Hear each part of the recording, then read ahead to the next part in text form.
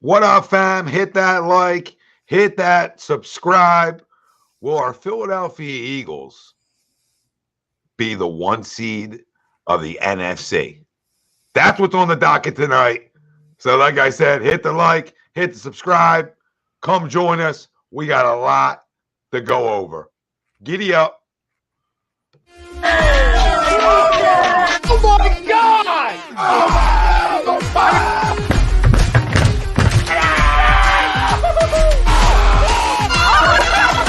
Embarrassed! He's flying! Welcome in. It's almost time.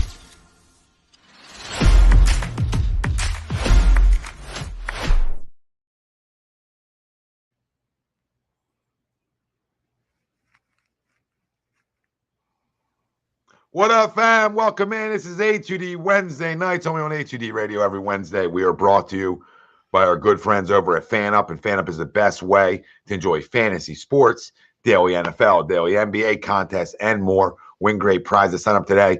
Use our promo code A2D, and you get $50 right at sign up. That's FanUp. You can download them right on the Apple Store. Missing a lot tonight. No Eaton tonight. No Ralph Delvecchio tonight. No Ryan Broder tonight. It doesn't look like there's any Michael Chromiak tonight. But he may be jumping in at some point. So there's no Michael Chromiak tonight. That's Greg Wogvik, Frank Vespi. I'm Tom Arnone. Everybody out there, welcome in, welcome in, welcome in. At the end of the show, we'll do our NFL locks of the week. We'll go over NFL Week 18 predictions. So we'll dive into all that conversation, give you our locks, and we give you every game as well. So make sure you stay tuned for that. Our main topic at hand, Eagles-Giants preview. This is Week 18 of the NFL season. We'll give you our score predictions, our offensive, defensive players of the game, and our keys to victory versus the New York Giants. We'll also talk about Jalen Hurts. What's the status of Jalen right now? I mean, it's trending to probably not playing. It's weird. There's a lot of weirdness going on when it comes to the Philadelphia Eagles. So we're going to talk about all of it and answer your questions, your concerns, your excitement, all of that.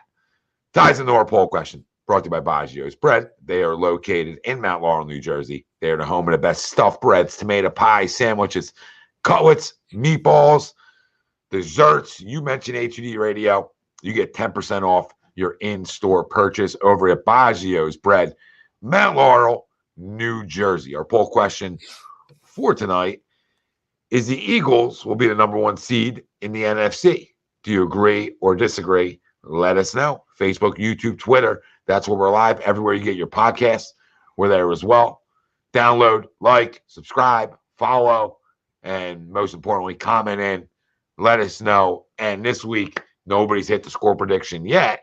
So we're at $275. Whoa. If you hit the score, offense, defensive player of the game is your tiebreaker. I don't know how to answer this poll question. I actually came up with this poll question. Not that it's like a hard poll question, but I don't know how to answer it. That's why I thought it was a good one, right? Like I'm like split because like I don't know if Jalen's playing. I don't know who for the New York Giants is playing. Obviously, this game doesn't matter to them besides spoiling something for us per se. So I don't know how that's all going to shake out. This football team can't lose 3 games in a row heading into the postseason. I got no problem with you having some ebb and flow. You're taking some lumps. You're obviously without your starting quarterback, one of the MVPs in the National Football League. So it's not easy to overcome. It's not easy.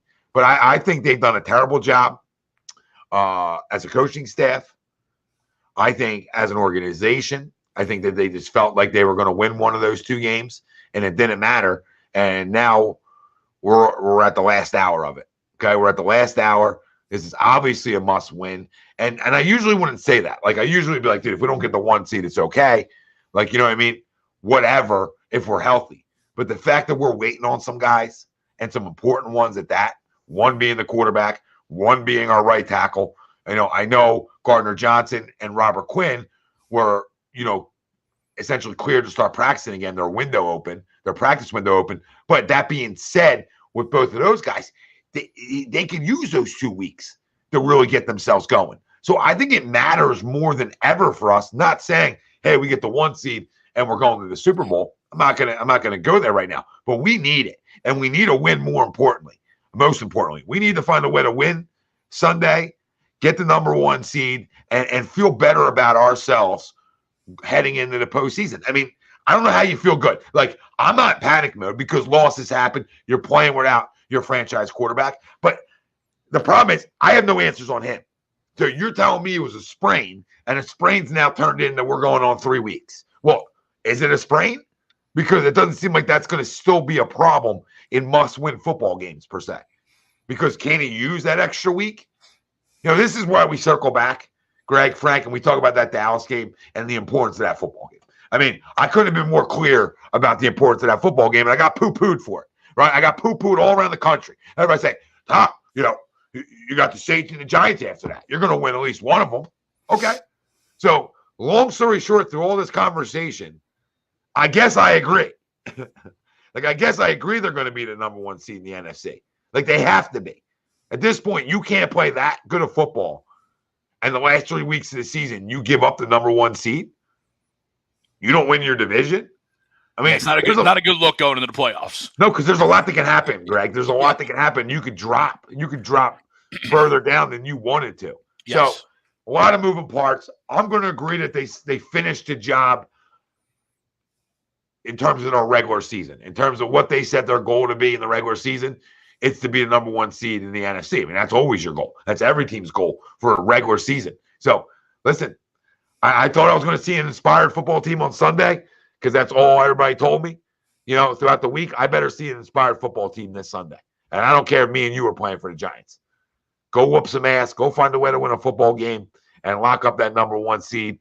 And all roads come through Philadelphia. So, to that little, roundabout there, I'm agreeing, I guess, boys, because like I said, there's too many unknowns. There's so many. I don't know who's playing. I don't know who's playing for them. I don't know who's behind center for us. I mean, not under center because Jalen's never going to be under center, but we don't go under center. No, and I don't know if Nick's going to fix some of the things he's done. But Greg and Frank, I'll leave you with this, and then please go.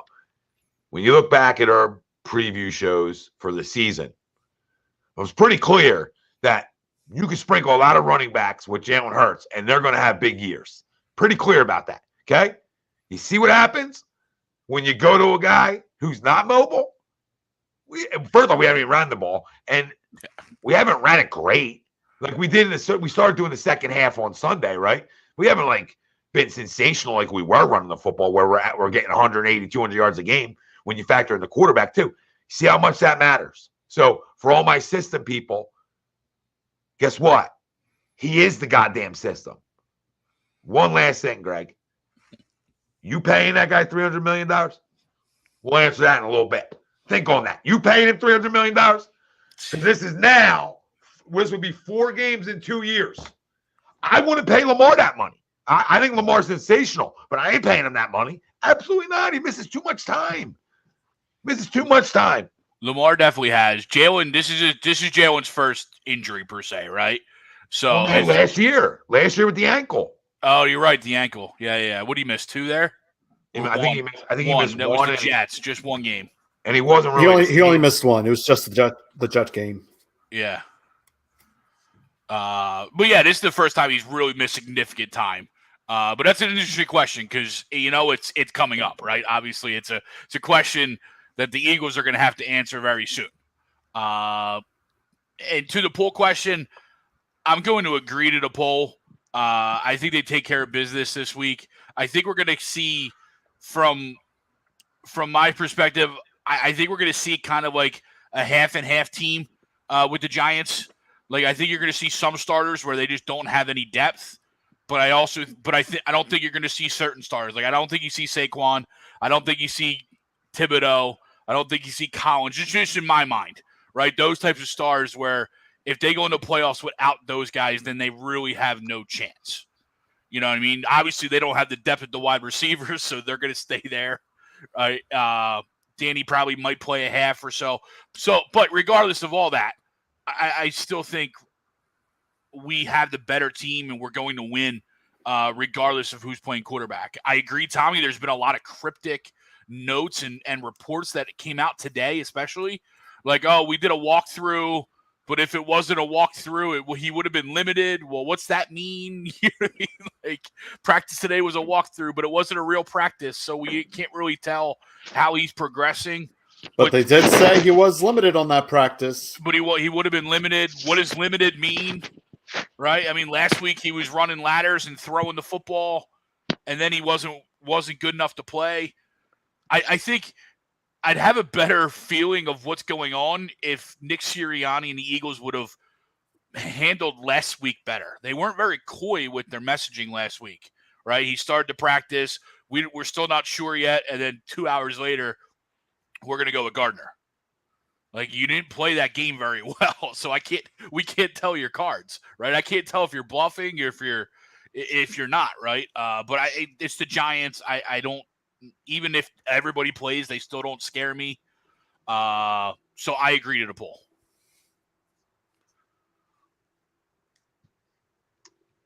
Frank? Chrome? I'm also going to agree to the poll. I'm not going to do my usual dance around and fool y'all in the first half. But the Giants, they really have nothing to play for. They got the 6th seed locked up. They can't go any higher. They can't go any lower.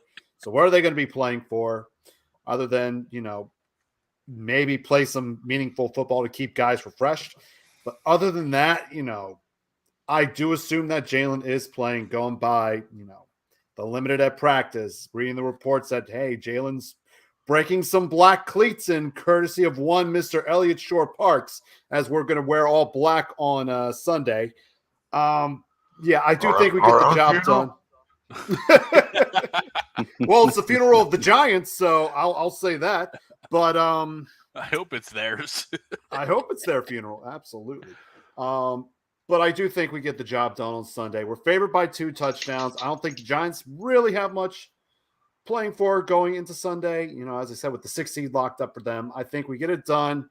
Maybe a little bit of scoreboard watching, see where that Dallas game is going as well, because they just happen to play at the same time we do. So with that, well, isn't that a coincidence? I know. If it was a 1:00 game, we would probably, done something at that point. But I'm not worried about the Giants. I'm not worried about the Giants. I think at this point, we're probably not going to see much from the starters going into Sunday from New York. But I think I agree. So I'll leave it at that. Cromer. What's up, boys? Can you hear me okay? Yeah. We can hear you. All right. I got a new headset. I don't know how it works as far as hearing me. So anyway, good to see you guys. Prayers to DeMar Hamlin, everybody out there. I agree to the poll question. I think Jalen plays. They said last week that he was this close to playing. So I can't see how another week of rest and limited practice doesn't equal him playing. And I saw somebody kind of put the timeline of what a severe sprain typically is. He's kind of locked into where his quote unquote progress is supposed to be. I agree with Greg. I don't know why we did the whole show and dance last week. I don't think anybody really expected him to play last week. But that being said, I think the Giants starters start the game. I don't think they play the whole game. And that I think is going to help. I think Jalen has to play. Otherwise, I am a little bit concerned because I don't like the inconsistency I've seen as far as the offense has been with Gardner Minshew. So I think Jalen plays. And I think that, getting CJ, Gardner Johnson back this week, hopefully we get something from Robert Quinn at this point. Maybe he's been playing hurt this whole time. I don't know. But hopefully we get something back from him. This pass rush has been something really special.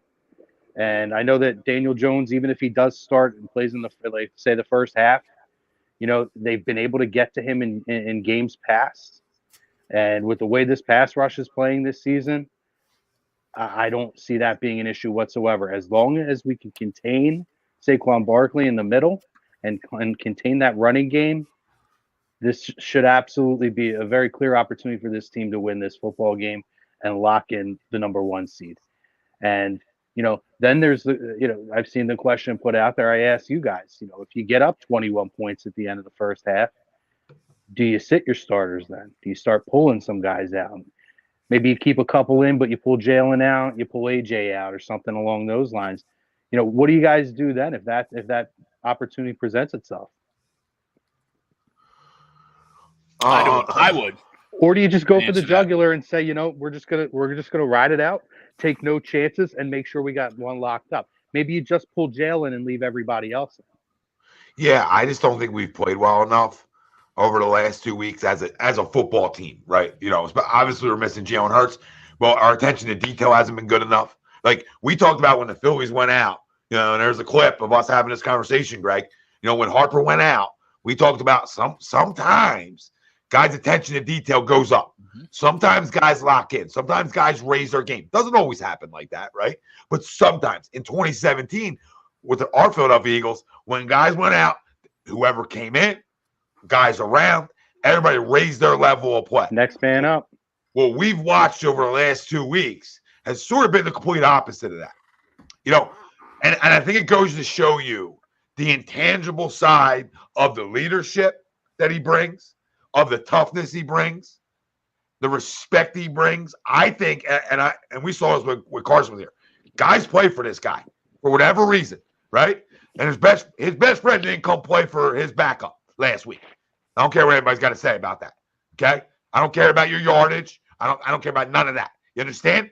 We run routes here. That's what we do here. We finish routes. We run routes. Okay? When a guy who's freaking 5 inches smaller than you and 100 pounds lighter than you runs every route like it's his last, I'm going to need the big moose in the room to finish your goddamn route.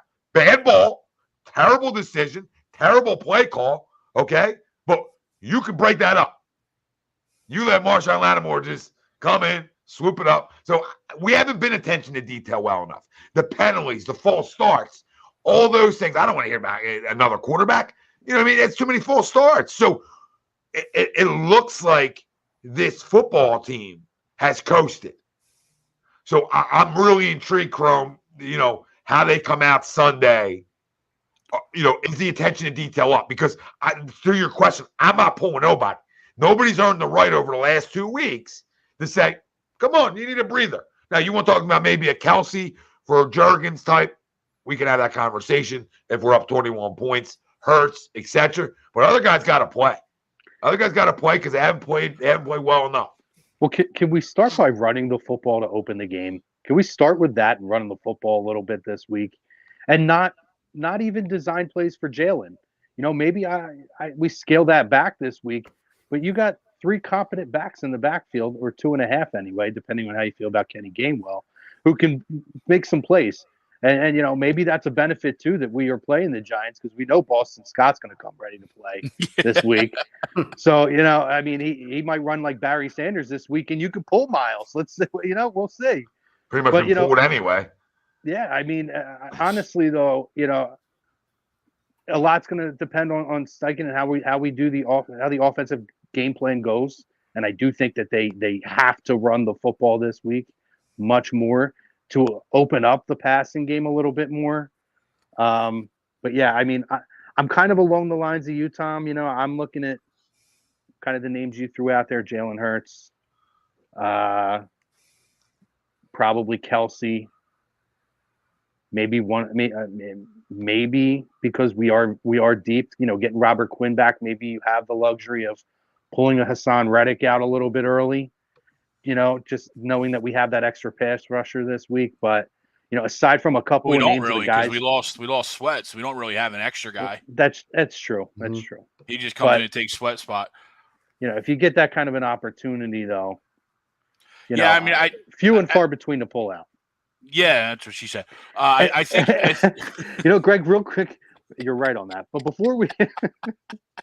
beforehand, the other thing too, Greg, is, and to Tom's point, you've been running the offense with Gardner Minshew, and there has been a lot of inconsistency. I feel like, we talk about momentum, and listen, they have no momentum at this point going in because your starting quarterback hasn't played in 2 weeks. Well, it'll be 3 weeks coming up. And now, your offense hasn't looked consistent. So if anything, if I'm looking at a momentum boost to go in, I'm rolling with my guys at least 3 quarters. And getting the majority of the game in, 3/4 of this game in, And I'm trying to build a momentum, reestablish that flow of the offense that we had, in previous weeks. Yeah, well, that's where I was going to go, Chrome, because I initially said yes to your question when you said halftime, but I was going to amend that and go third quarter because I'm kind of amending it too. Yeah, it's what they've kind of done in the throughout the year, right? There's a couple of games where we were up big and they kind of shut it down. It was after the third quarter is when they started to make those tweaks to the offense and defense. You know what I mean? So, because I think that would be fair, right? Because I agree with what both you said, especially Tommy, with the attention to detail and the lack of urgency in these last two games, right? I mean, both games were in hand, not in hand, but both games were there for the taking. Yep. Right. Both games were even there. Even as bad as we played last week, again, just like the Washington game earlier in the year, as bad as we played, we had a chance and had the ball at the end to potentially win that game. Right. So it's just, Tommy, I think you hit it on the head with the attention to detail, and maybe some lack of urgency in certain spots or in certain scenarios where they didn't lack that previously. But so I think end of third quarter is more realistic of a hey, come sit down, just because if we are in that situation, we don't want to give them too much time off because they're going to have 2 weeks. Yeah. So, and real quick about Robert Quinn, it's interesting that he was hurt because I remember watching him when he walked in, and he looked like a broken man when he walked into the NovaCare Center right after the trade. He didn't look like the same guy at all. Granted, you're a defensive lineman, so I don't expect you to move like and he's older too. I don't expect you to move like a spry young chicken, but he looked like he was broken just walking in. And so it was, so hopefully unfortunately with the loss of Sweat, we don't know how long yet. But hopefully he's able to bring, some rejuvenated energy off of that edge. Yeah, I mean, definitely. I know there was, we're talking about running the football, and I agree. I mean, I'm not saying they shouldn't run the football, but the problem is, you can't start games off with a team taking the ball down your throat for 8 minutes. Exactly. That was frustrating to watch. When we all watched that game, we were saying to ourselves, "Here we go." That set the tone, yeah. Mm-hmm. And it just kind of kept reeling. They were on their heels the whole game after that. Yep. Although, I mean, the defense played well. The defense after that first drive, for the most part, played well. But, the offense did them no favors. I mean, if there was ever a game that I've seen since Carson Wentz was the quarterback where the offense did the defense no favors, it was this past week. It was brutal to watch. And we went through it on Sunday night. There was, I think it was 4 third downs and the 1 4th down where you just needed to get off the field. Yeah. Right. Or just if you're in your end of the field, then hold for a field goal. Right. It's just you had the opportunities and you just weren't able to get off the field. And then you're right. It was just a snowball of momentum from there on out. Well, when you hold the ball for 15 minutes, I mean, guys, like this is what I was saying to the guys in our chat. Like they held the ball for 15 minutes. Like so, in the first half, they literally held the ball for a quarter. Okay, in a quarter. So how are you supposed to get in a rhythm with a backup quarterback? Okay, I don't want to hear about how many points they ended up giving up. I want to talk about what they gave up 2 out of their first 3 drives. Okay, that's what I want to talk about. Everybody just lets it go and says, well, they only gave up. Every freaking dry jock wants to tell me they only gave up 13 points. I understand that. They were lights out in the second half. But when you're with your backup quarterback, okay, I'm going to need, if you want to give up 7, fine. You can't give up 7 in an 8-minute drive. And then you sure as hell can't give up a possession after that. They had a possession, they had a 2-minute drive, and then they had a 5-minute. So add them up. Add them up. How are you supposed to get in a rhythm? Because then you feel like you got, as a coaching staff, you feel like you're playing catch up. And it's never a good combination for any staff around the National Football League, especially a staff that's going into this football game shorthanded. We're going in shorthanded. I don't care what anybody's got to say. Shorthanded. And they did themselves no favors. They didn't run the football enough, right? We didn't convert any third downs. So it's a spiral. It's a combo of a bunch of things. It's not one thing or another led to us losing another football game. You sort of carry it. When you lose football games, it's usually because both units did something to fuck up, right? Both units didn't play 60 minutes of great football. And again, I understand you're going to give up points in this league, but we all know those 8-minute drives to start football games are backbreakers. They're backbreakers. And listen, they did a good job. They adjusted. I get it. All those fun things. But, at that point, I just felt like we were so out of rhythm offensively that we just couldn't get back. We couldn't get any rhythm, Mm-hmm. And again, I thought it was a shit game plan. So, I mean, the blame goes around when you lose football games like that. Yeah, I mean, there's a lot because, I mean, you can look at the game and I hear what you're saying as far as the first half, but there was plenty of opportunities where the defense did their job, got off the field, didn't give up points, or only gave up 3 in long drive. Right. The offense, I don't care. At that point, I don't care if they don't even score on some of these drives. They were going 3 and outs repeatedly. And that could be on the coaching staff 4 times, right, Greg? 4 times to start. Yeah. And then you look at, and I saw this number today, very interesting. So you look at Jalen Hurts, the average time for first defender to make contact to Jalen Hurts, 2.77 seconds on an average this season. This is Gardner Minshew on the sacks that he took, 6.52 seconds, 4.04, 3.6, 3.32, 3.52. He was holding on to the ball for way too long. And I know he's your backup quarterback, but he's a quarterback that's had experience and success in this league. You can't have that. And again, maybe that's on the coaching staff, not pulling him to the side and being like, dude, you got to get rid of the football. Or he, at one point, the one where he scrambled, it almost like he turned into the defender, where he felt like if he would have just cut back the other way, he could have at least got back to the line of scrimmage, and he took another bad sack. Yeah, I did think he tried to put his foot in the ground. But that's why they're the number 2 deep passing defense in the NFL. Right, again, going back to game plan, you're sitting there with a backup quarterback, and you're going up against a number 2 ranked passing defense versus the number 25th rushing defense.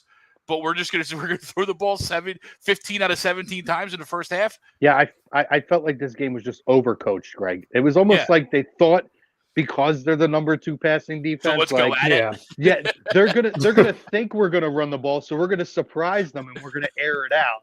Yeah. But it was just 3 and out, 3 and out, 3 and out, 3 and out. Like a lot of off sync doing? play calling.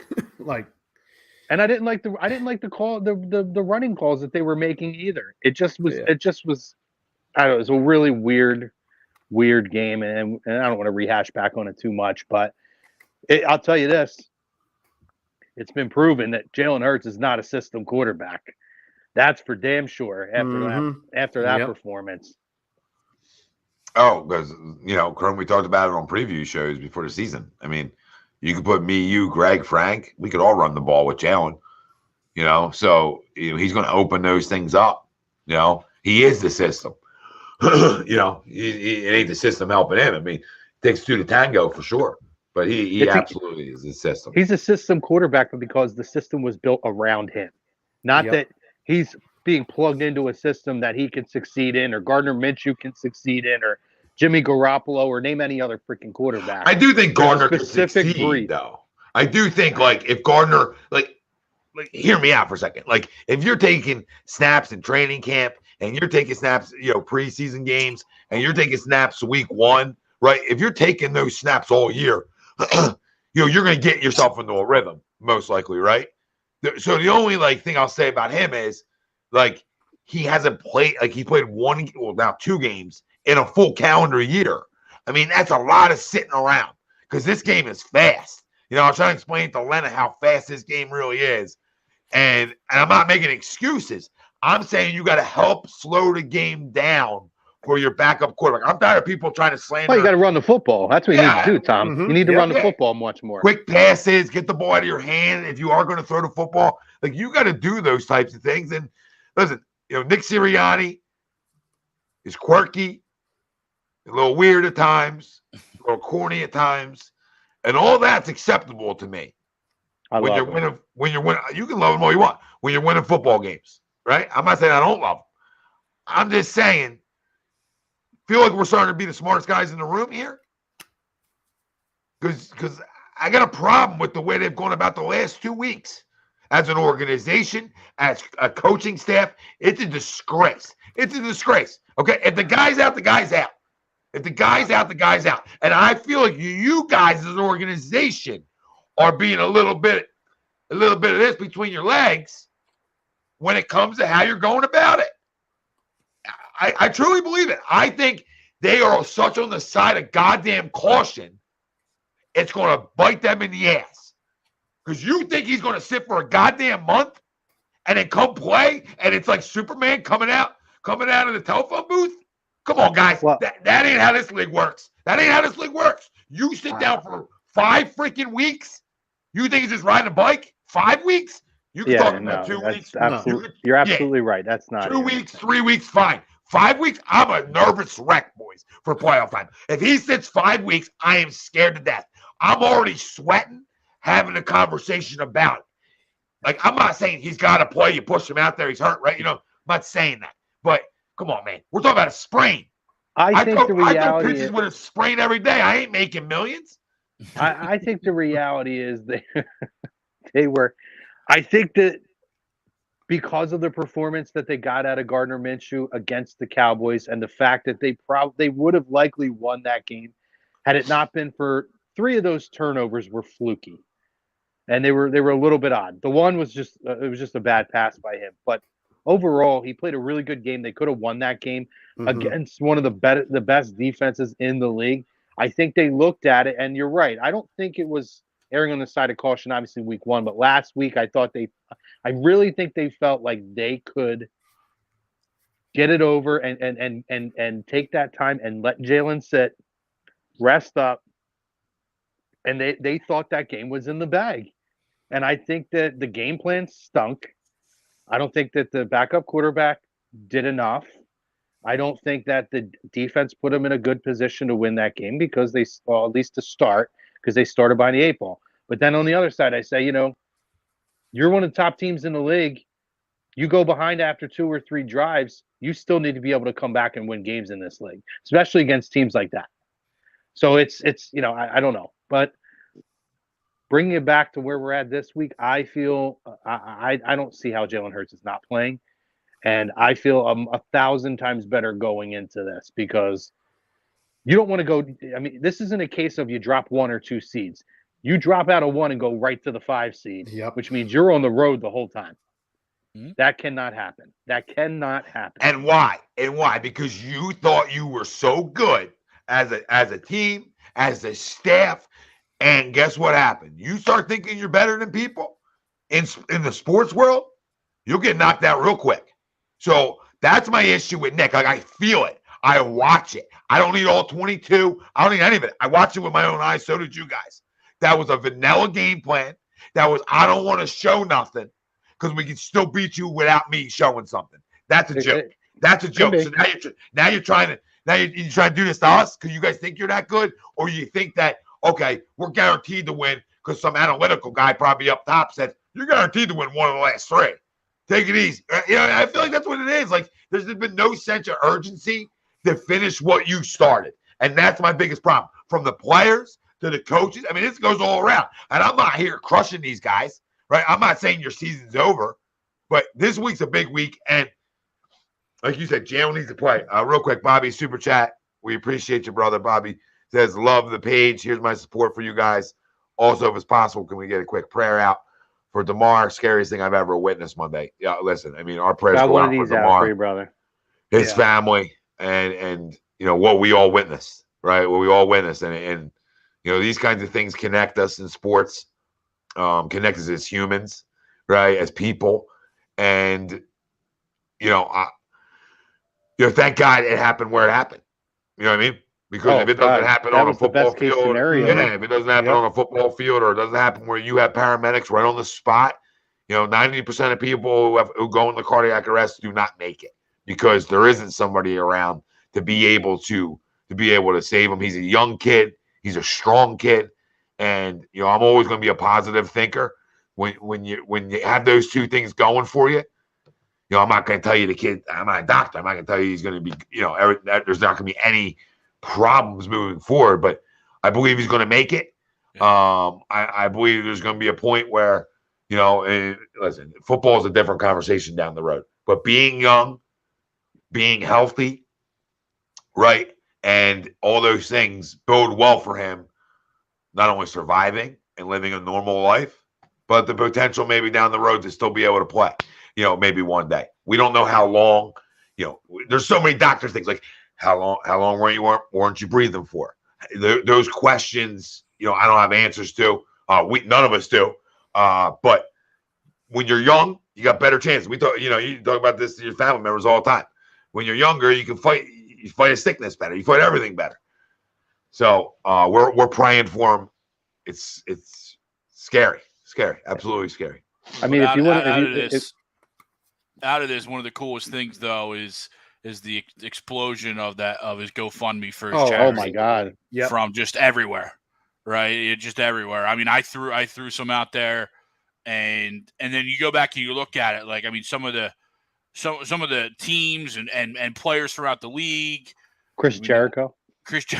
Yeah, even outside of the league too. It's yeah. insane. I mean, it's cool, Tommy. As you say, it brings us together as people, right? It kind of humanizes people that we watch on TV. As as sad as crazy as a scenario as it happened, it brings everyone together, and it's something that I think through all the bad was needed very much. I think 75% of the public are jerk offs. I think 75% of the public view sports as like video games. Like these aren't real people. Yeah. And when something like that happens, everybody's had something along those lines happen in their life to somebody they're close to. And I think what happens is it brings the realness out. Mm-hmm. And it brings this isn't a video game. This is real freaking life, people. This is real life. So when a guy tears his ACL, that's real life. It's real life. He's got to go through real life rehab. Real life stuff to get back to being able to play again. We don't realize the work that goes into this. We don't realize the work of an athlete to get to this level. You know what I mean? We don't realize that stuff unless you're around it, unless you see it all the time. And I think at times we view this as, obviously entertainment, but like video game-ish entertainment. Mm-hmm. And I think when something like that happens, it wakes people up. I think these are real people. If you want to have like an example of something similar that happened, and I think it's what happened to him. There's something called commotio cordis, and that's what actually happened to Chris Pronger in 1997. And basically, what happens is you have to get hit in the right spot at the right time, but it happens because Chris Pronger got hit with a slap shot in the chest and had the same thing. He went into cardiac arrest on the ice, and he came back and played 15 years after that. And essentially, there's kind of three main parts of when your heart pumps. And at that third part of where your heart is basically preparing for the next pump. For the next beat. It's at that third peak where if you get hit at that point, directly in the heart at that point, you go into cardiac arrest. No matter how old you are, this and that. That's what it seems like most people think it is. It seems that way. Because I think that's what it is too. So for anybody who's looking for a positive example of this actually happening in professional sports, 1997, former Philadelphia Flyer was playing for the Blues, then Chris Pronger. It happened. He had to take time off, but he was able to come back and played 15 more years and had a Hall of Fame career. So just keep praying for the kid. Think about his family. If you could put money towards the charity, please do. It's actually a really great charity, too. It goes for some pretty great stuff for kids. So, and just keep them in your thoughts and prayers. It's a dangerous game, guys, and everybody talks about it, It's organized violence. I've heard that term thrown out a lot. It really is. And people are worried about your guy didn't make this play in fantasy. I've done it before where we bitch, why isn't our running back going north and south instead of east and west? But you know what? At the end of the day, these guys are taking hits. These guys are professionals. These guys take a risk every day. It doesn't matter if they're making millions of dollars. They put the work in year and out and have perfected a skill to be able to get to that level. I have no problem with that. You got to remember these are human beings who take a real risk. There's guys who have been paralyzed. There are people who have had years taken off of their life and their career. There's CTE, particularly in this sport. So you got to remember, as Tom said, as Greg said, and everybody here has said, these are human beings. They are entertaining us. They are going out there and giving us the thing we love, which is professional sports, especially football. We love freaking football here. So try to remember that, going forward, that there is a human element to this, okay? It's not a video game. It's not just fantasy sports, okay? There's a human element. And now you got people's families who got to worry about, you got a mother who's got to worry about, is my son going to be able to breathe on his own again? I mean, it seems like it's trending that way, but let alone, how many fantasy points somebody's going to put up next week. So just keep that stuff in mind, guys. That's all. And, he's a great kid. I've done a lot of research on him, and you've heard a ton of stories about him. Like, the kid is a superstar human being like we have here in Jalen Hurts. And keep him in your thoughts and prayers. Absolutely is. Well said, Chrome. No, I don't. You didn't get a chance to answer the poll question, so here you are. The Eagles will be the number one seed in the NFC. To answer the $5 thing there, and thank you for that. We love Chris, the support. thank you. Yes. No. Please defer the football every time. Yes. All right, now you can go, Noah. No, it's all good. First off, it's obviously been a tough week for obvious reasons for the NFL. As far as Damar Hamlin, we obviously wish him the best, and wish him and his family the best, and wish him a full recovery.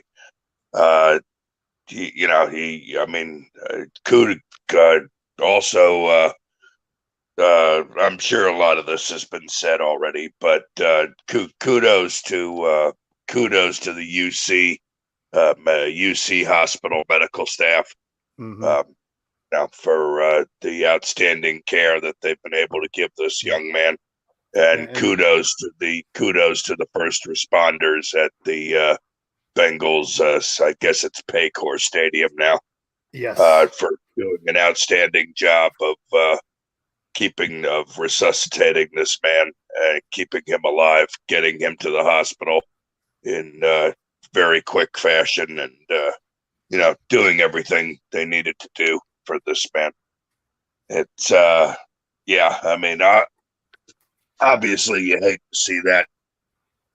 You hate to see what transpired on Monday night, but in the face of all that, I thought everybody pulled together. They had a job to do, and everybody did their job on behalf of this gentleman to save his life, and hopefully, obviously, there's a positive outcome here. From what I've been reading and hearing, it sounds like that at least Damar's condition is at least trending in the right direction. So let's hope that it continues to do so. I'm guessing, please correct me if you heard differently. I'm a little surprised, but I'm guessing the Buffalo Bills will play this weekend, or still planning to do so. Yeah. As far as I know, they had a walkthrough today for practice. It seemed like that was all around the walkthrough. Right. Seemed to be the talk of the day.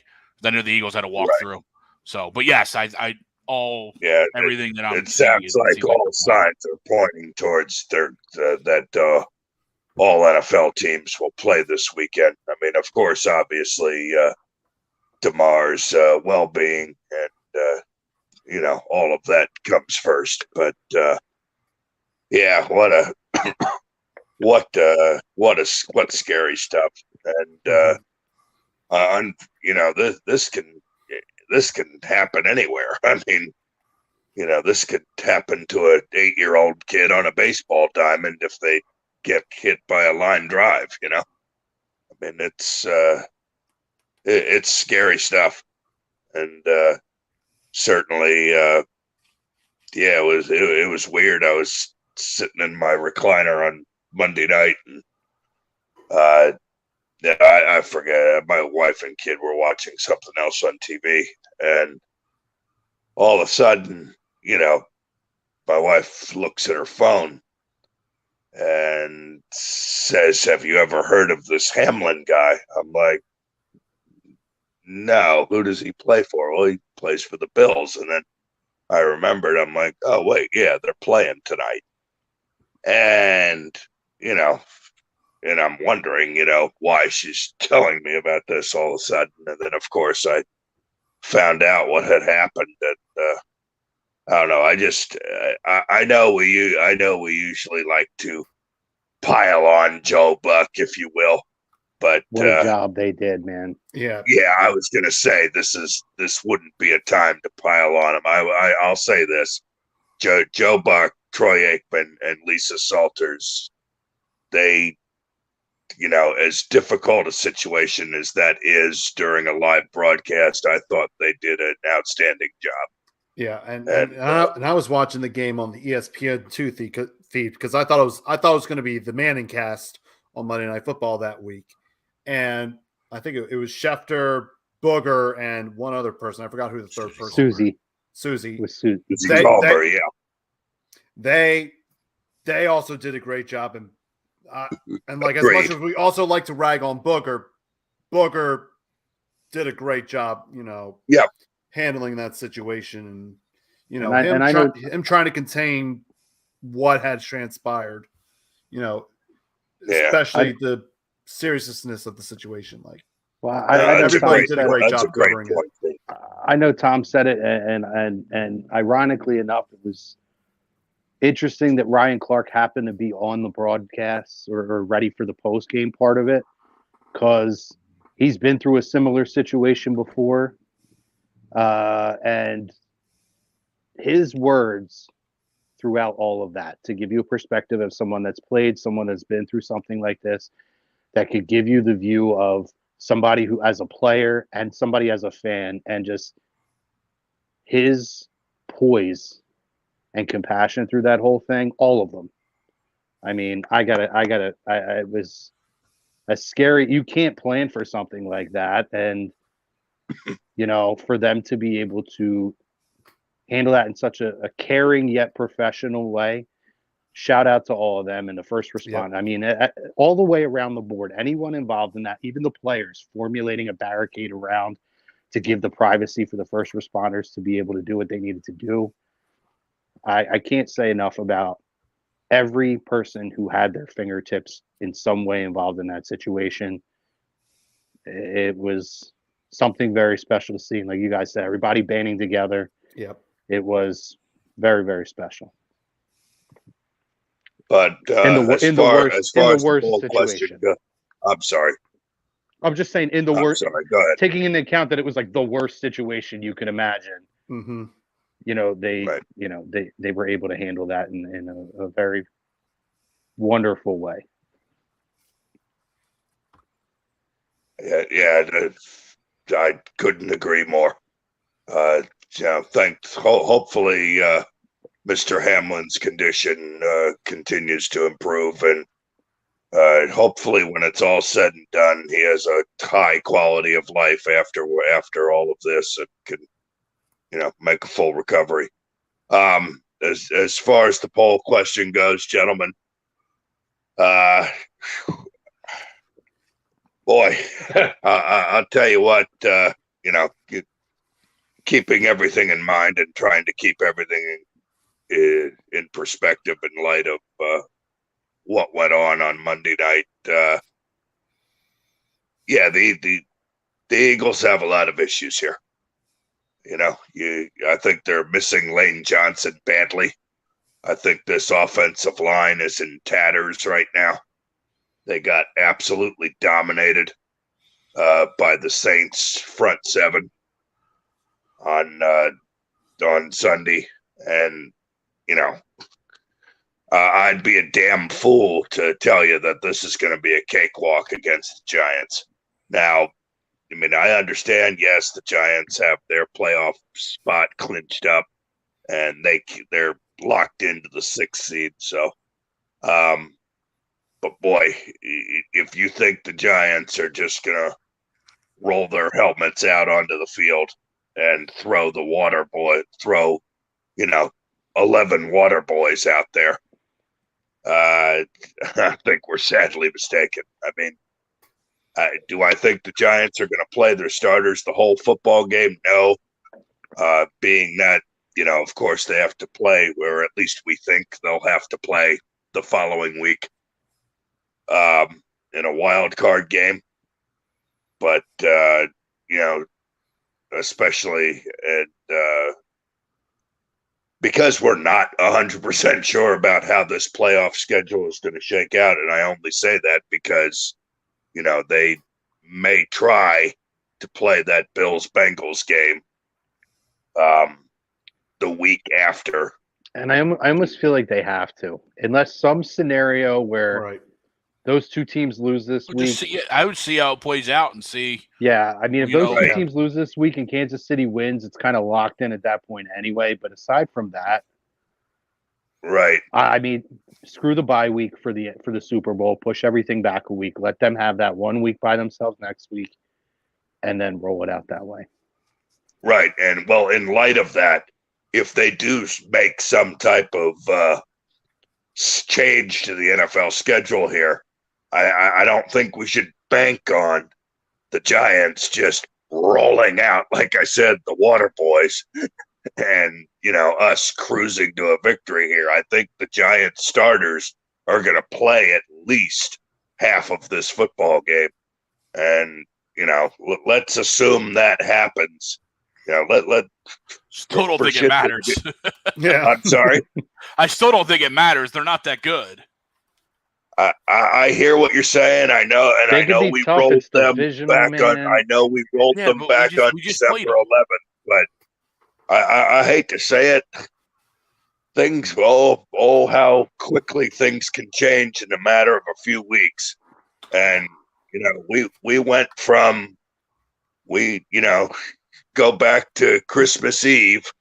What was kickoff for that game? 4:25. So go back to 4:24 Eastern time on Christmas Eve when things were looking so damn good for this team. Okay, and that ball was kicked off in Arlington, and 4 damn turnovers later, and a 3rd and 30. So we dropped that game, and then we come home thinking, all right, let's roll up our sleeves. We're angry. We're going to beat the Saints. No problem. And then we take a shit there. All right. Our defense, yes, played well except for the first drive. And yes, they only gave up 13 points. So, all right, our large gripe was on the offensive side of the ball, obviously. Minshew played horrible. The offensive line, like I said, is in complete tatters. That's where I disagree with you. Complete tatters. Only Driscoll got beat like a drum. It's only Driscoll. I completely disagree with you there. Like complete tatters. We're 4/5 of our starting line, and I understand Lane is important, but Driscoll's the only one that got beat like a drum. No one else got. Well, I got news. The other 4 starters on the offensive line didn't play very well either. All right. Now, I'm hoping it was just a blip on the radar. I don't know if we watched the same game then. When we ran the ball at 6 yards a clip when we ran the ball. I mean, that's pretty good. We're 5.5 yards a clip. Like, I mean, what else do you want? We just didn't run the ball. I mean, I guess to your point, the offensive game plan was shit, right? But our offensive game plan was shit. I'll give you that. But that's not necessarily the offensive line getting beat like a drum. Like I said, it was only Driscoll, and it was only for the first 2 or 3 drives. He actually wasn't terrible in the second half. Well, look, I thought in my opinion, from what I saw, I don't think the offensive line played very well. I thought the coach was very culpable. I thought his game plan sucked. And really, obviously, I thought Gardner Minshew threw the game away.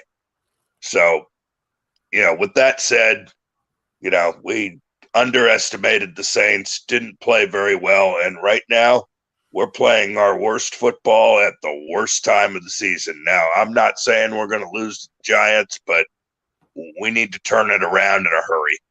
On a positive note, here's to hoping Jalen comes back. And I'll say this with the caveat, if Jalen plays this weekend, yes, I think we beat the Giants.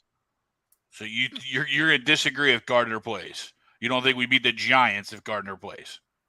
Correct.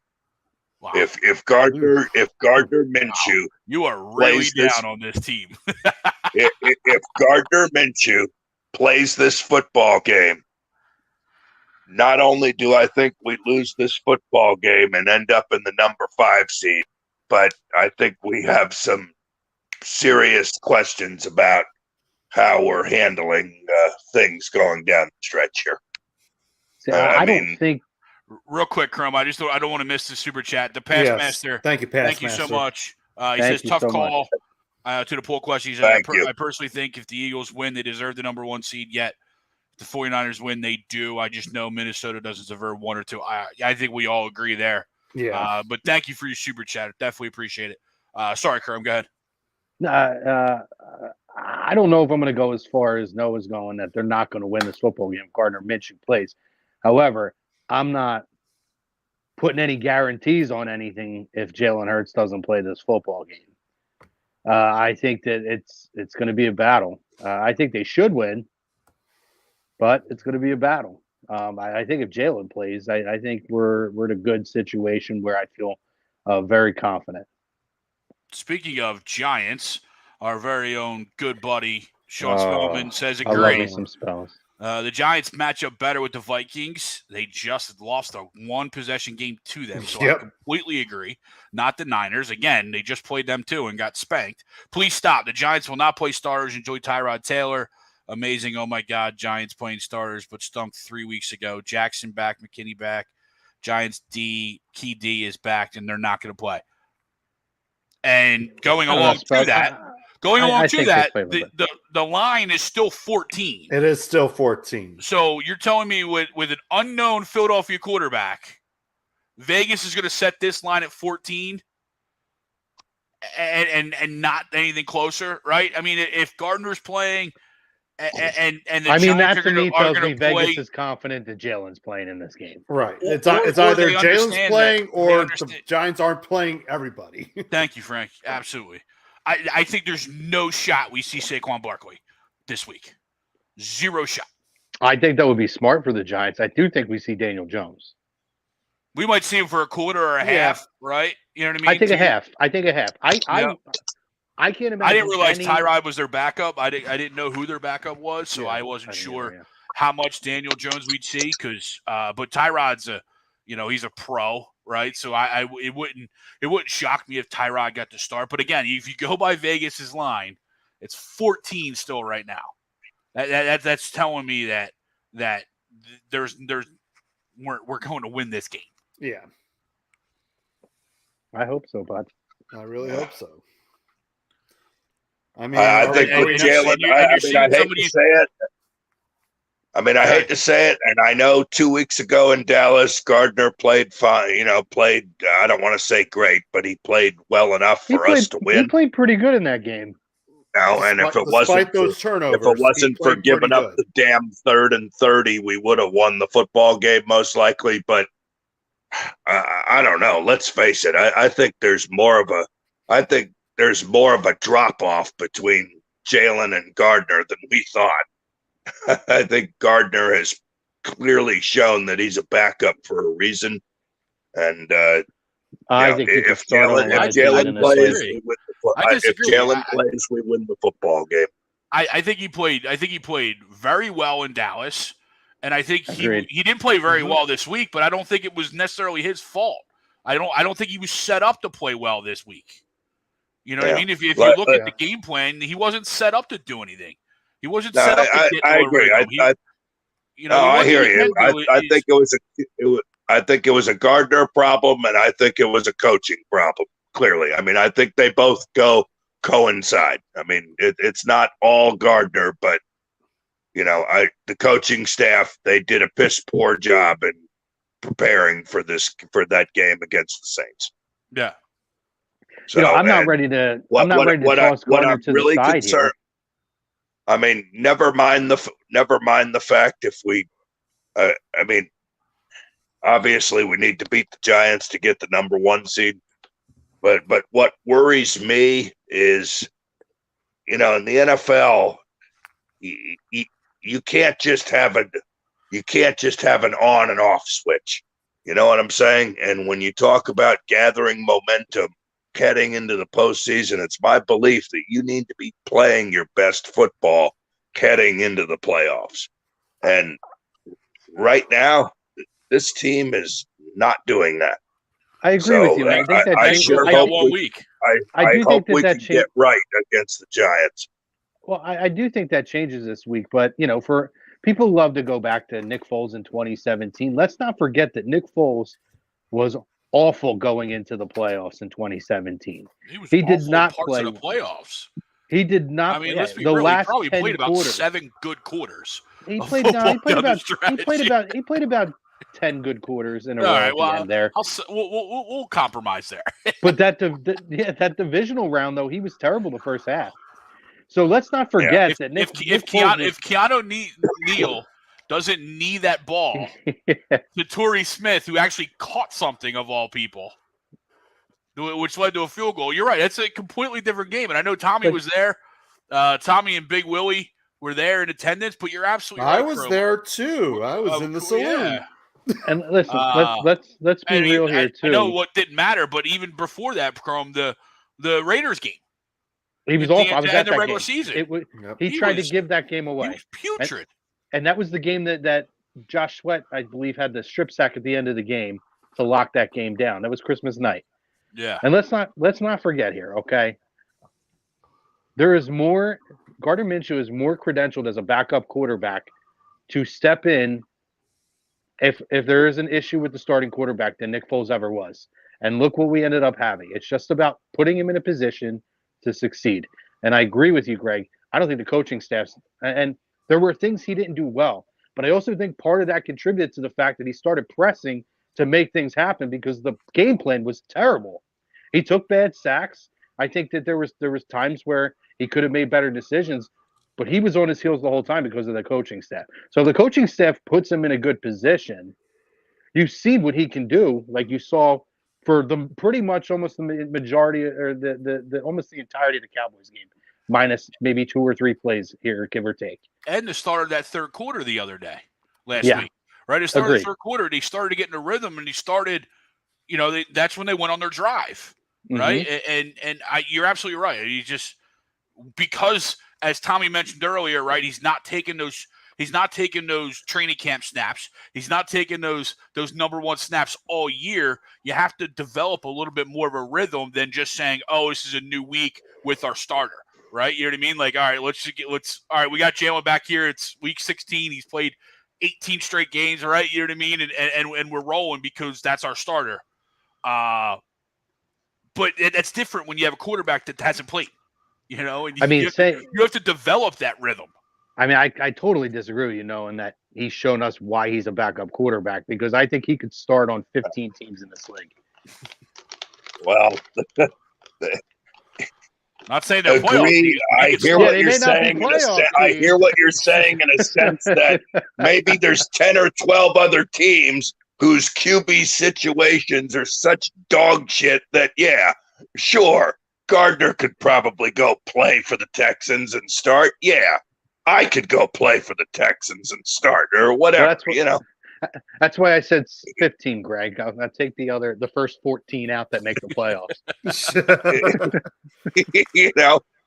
It's just, I don't know. I'm just nervous. I mean, look, I don't want to be all doom and gloom here, but fellas, we have not played. This even goes back to the Bears game, and thankfully we escaped Chicago with a win. But we have not looked good the last 3 weeks here. The Chicago game was tough in the first half. I get it. A large majority of it has to do with Jalen being out, but I don't know, fellas. I mean, yes, our defensive line looks great. Our front seven looks great. They played very well, but I have issues with the way the secondary has looked recently, and I have issues with the way we looked on the offensive side of the ball. Now, I hope hopefully it's as simple as Jalen comes back on Sunday. We play very well against the Giants and, get the win secure the bye, get some rest, and hopefully we'll look like a much different football team come the divisional round. But I don't know if it's that simple, fellas. You've watched enough football to understand that this is a week-to-week league. You know what I mean? And we might not look pretty.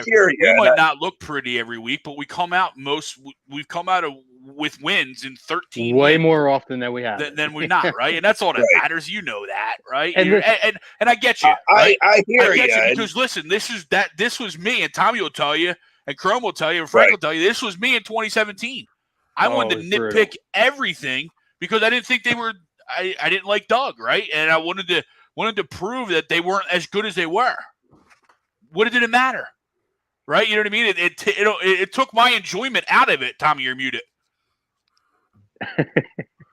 I don't know what people expect either, right? We just had this whole conversation on being humans, and it's not a video game, right? And we had a great conversation about it. But the point is that us as a fan base, before the Dallas game in a way, after the Chicago game, Jalen's banged up, we sort of took our foot off the gas. Now we don't play, okay? We don't play.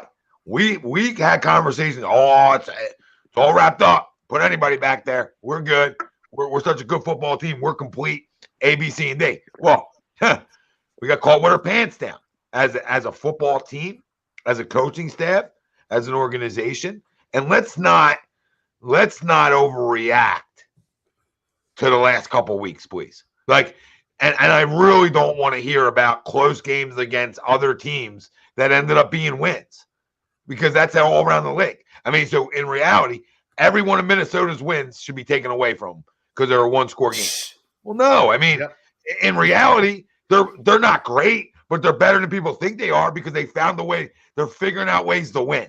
They found out ways to win those games. So you can nitpick it, and that's what we do as fans. But at the end of the day, we are what our record says we are. Now, am I a big fan of losing 3 in a row going into the postseason? No. But let me give you the other side of it. Last year, we were playing great football at this time in terms of wins, losses, right? How did that age in the first round of the playoffs? We got exposed, right? Other side of that is we didn't play our quarterback that week. Or he played a quarter or something.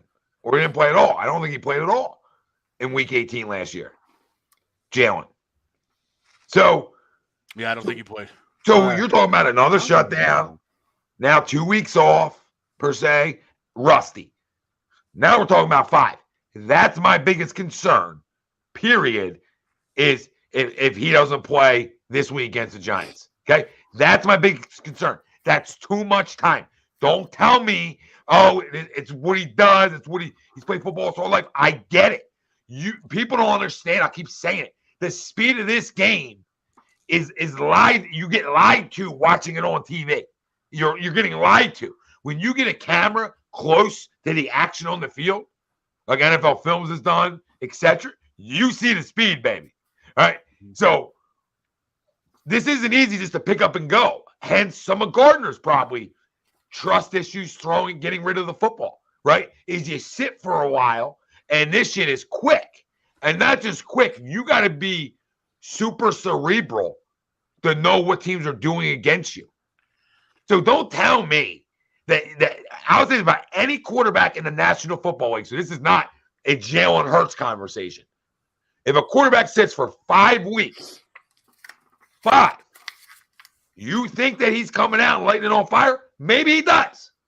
I'm not saying it's impossible, but I would lean towards that's a major problem moving forward. And J Love says Super Bowl bust. Absolutely.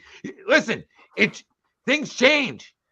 Okay? Things change throughout a year. Your expectations change. That's sports. The past master. Thank you again. Thank you.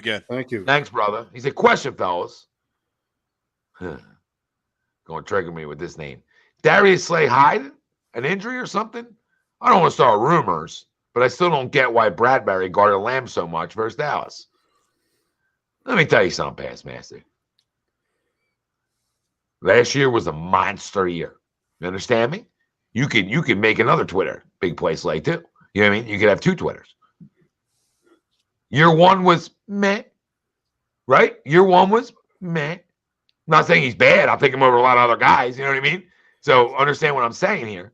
Year 2 was all pro caliber, big time.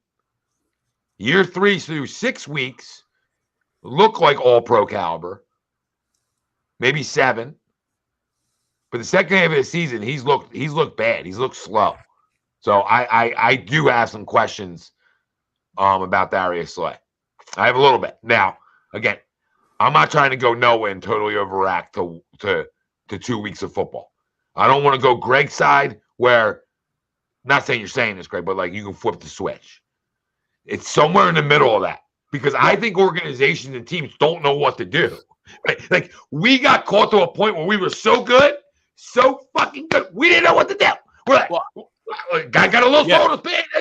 What do we do? So guys are running around the Novacare complex like, I don't know what to do. John and Gannon running, Nick's running the Giants. Everybody's talking to each other. Shane's thinking, they yell, I don't know what to do.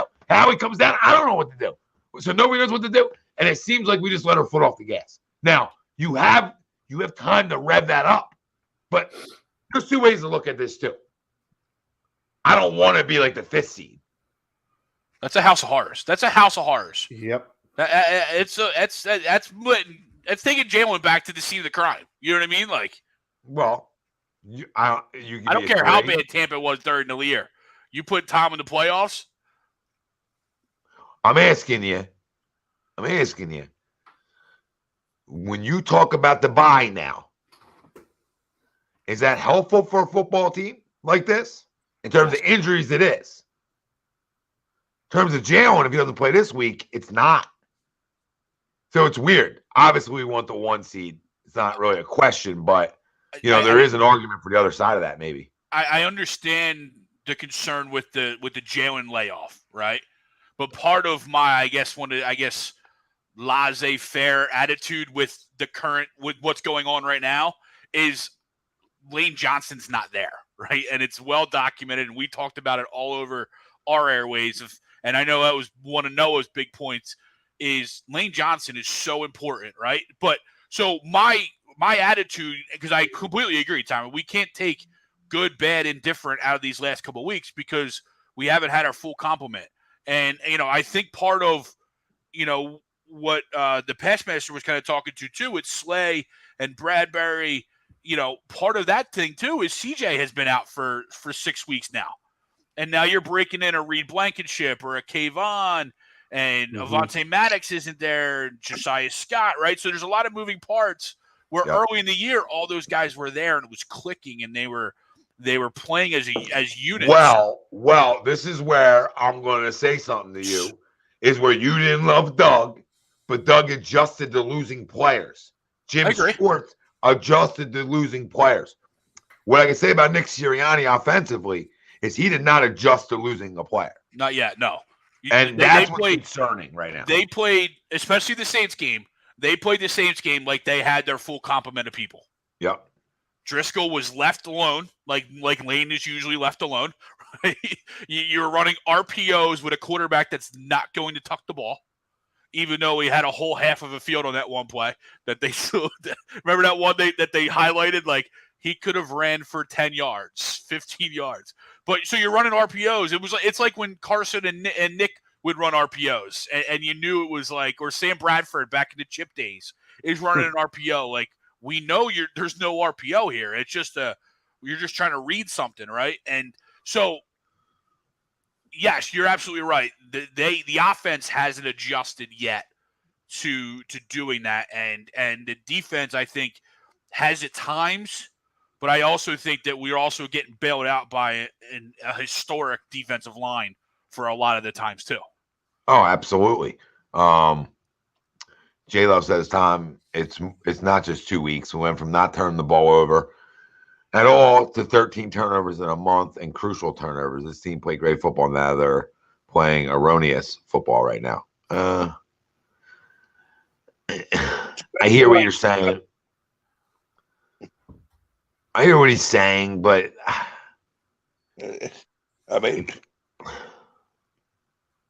well, I'm not saying it's all doom and gloom, guys, but we've looked like shit the last 3 weeks. I'm not saying it can't turn around, but we just look like a different football team. Well, yeah, I mean, you're also, like I said, again, going back, this is a different team, right? I mean, the last 2 weeks you're without your MVP caliber quarterback. The last 2 weeks you're without your all pro, all first ballot Hall of Famer right tackle, right? But then the other side of that, the last 6 weeks you're without the NFL leader in takeaways in the back half. Again, what we just talked about. I mean, believe me, Greg, everything I've been saying, I hope is a moot point at 8 p.m. on Sunday night. And I hope we beat the Giants, get the rest we need, and get our guys back. But boy, oh boy, if you're telling me that if I'd be telling you that, yeah, we'll be fine running Gardner out there again, I don't know. Jesus. For this week? You're saying for this week? Yeah, right. Noah, I don't know if you heard it. Noah agreed to the poll with Jalen, disagreed if it's Gardner.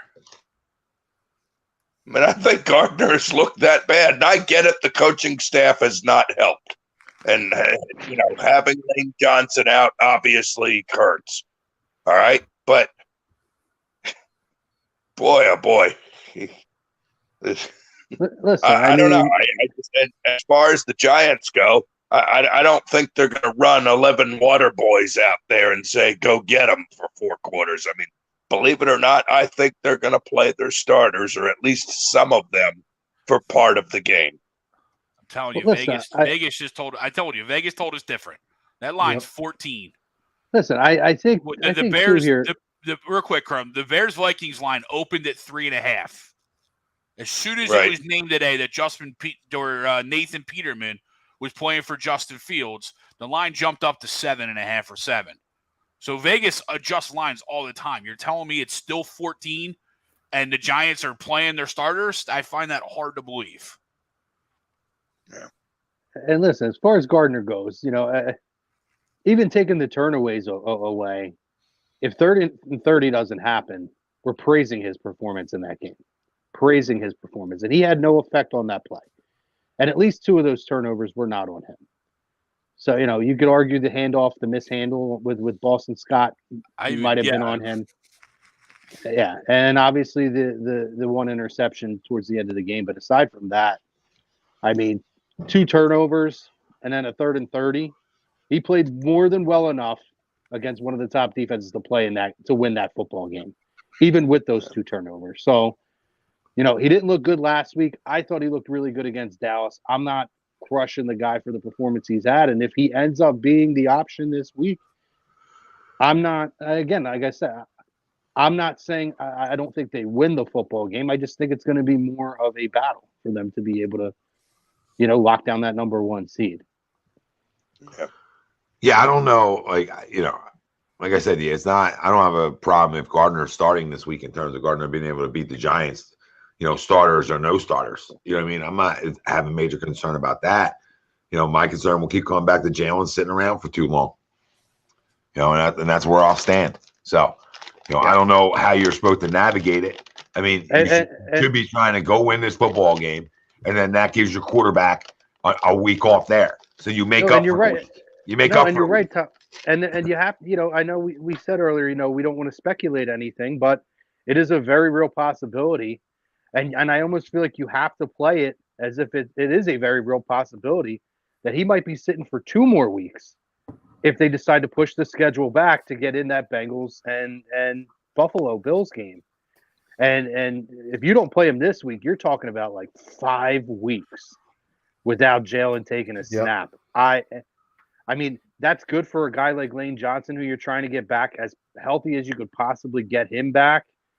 But I don't know. I maybe Josh Sweat if he can get back on the field at that point in time. But I don't know, man. I would rather let him get in, let him play if he can physically get on the field, and it sounds like he can. I need Jalen on the field this week for at least 3 quarters. Agreed. Jalen's got to play. The bottom line is if Jalen is 75% or better, he needs to play. I think the courtesy of rolling the dice is done because I think they did that this week. I think honestly it was a possibility Jalen could have probably played, but I think they thought we're playing the Saints. We can get through this with Gardner Minshew, no problem. But now with everything that's transpired, and what could possibly now change in the future, you have to play as if that's going to happen. You have to play your cards as if that is going to happen because you can't risk not playing Jalen Hurts for 5 weeks. Because in the next game he steps on the field, it's good. The gauntlet starts because now you're looking at I don't know who would we end up having after that. Which one? Oh, it depends. Where? Yeah. Where do we finish? If we're talking if we finish 1 and they push things back 2 weeks, play say they win Tampa this week Bay. with Gardner. If we Right, won, so we played a winner at Tampa Bay, Dallas. So you got Tampa Bay. That's fine, but that's a little bit of the ghosts of Christmas past for Jalen Hurts. They're coming north. I understand. It's not. You're right. I heard you say the scene, the crime, but still, it's still the same quarterback. There's still a little bit of the demons kind of floating around there. And then after that, you have the gauntlet. Whether it's going to be, well, Minnesota doesn't really scare me, but you're looking at the 49ers, the Cowboys. You're going to be looking at somebody. Yep. Somebody that you need him to be in and get in his full reps. And one game is not enough for me. I would absolutely play this as if there's a very strong possibility this week's get pushed back and there's going to be a 2-week bye. It's tough because you can't push back to Super Bowl. There's no shot there. There's no shot to postpone a game. No, they don't push the Super Bowl back. They take the media week out. They're talking about removing that media week in the middle. And they need that week too much, Chrome. They need that week too much for logistics, for a lot of things. They do. So, I mean, I think there's a 0% chance. I'll say the only percent chance that would happen is if, God forbid, he didn't make it, right? Something like that. I think if things progress the way they progressed, I don't think they're pushing anything back. And I sure as heck don't think they're touching the NFC. They're not going to touch the NFC. It doesn't affect the NFC. It doesn't affect the NFC, though. I don't know that having to make up a game. See, I don't know that I believe that, though, because there's too many moving parts 1 through 3 when you're talking about the AFC. And in the interest of keeping all the games on the same weekends, I think that if the Bengals and the Bills don't lose this week, and you have that issue now hanging with that game, that is a huge difference maker of who's going to be in the 1, 2, and 3 slots. They're going to have to play that game. These guys worked way too hard throughout the year. That player was out there trying to win that game to help get that team that number 1 seed. I think at the end of the day, that's what it's going to come down to. You can't just flip a coin. You can't just tack a tie on to the end of it or just remove the game. These guys worked way too hard all year to have that possibility. No, I hear you there. They're just not going to touch the NFC, though. They're not going to go 2 weeks without football. Oh, I think they will. I think they will make the focus on the Bengals and the Bills that 1 week. Why would they do that? Why would they? Because then they're if all things on a level playing field, they're not going to give the NFC team an extra bye week and then just push back the AFC. So if they're pushing back, they're pushing everybody back. Why though? Because that's an advantage for the NFC players to get an extra week's rest in between before the Super Bowl. You're missing the point of logistics. Like they need that team. They need one of the teams to be in the city early. They need that for logistics. Like it's important. Like it's important for teams to get there on time. Right. All the things that come with Super Bowl. I understand, but they talked about stuff about this. They've done it before. They did it for many, many years. You really think? I'm going to ask you again. This is the National Football League. There is no shot that they're pushing that they're going to touch the NFC in this situation. No shot. They are not going a week without football like that. I believe it. No way. They've showed their cards. No, they have showed their cards. They don't adjust for nothing. So what's going to happen is, if they don't adjust, is they're going to have to play a Thursday game. Yeah, it is what it is. In terms of those teams, like if the one seed is that important to you, we understand this was out of everybody's control. Okay, nobody was in control of what happened on Monday night. So when things like that are out of everybody's control happen, right? Teams got to eat a little bit in a way. Like they might have to do something they don't really want to do. That's not ideal.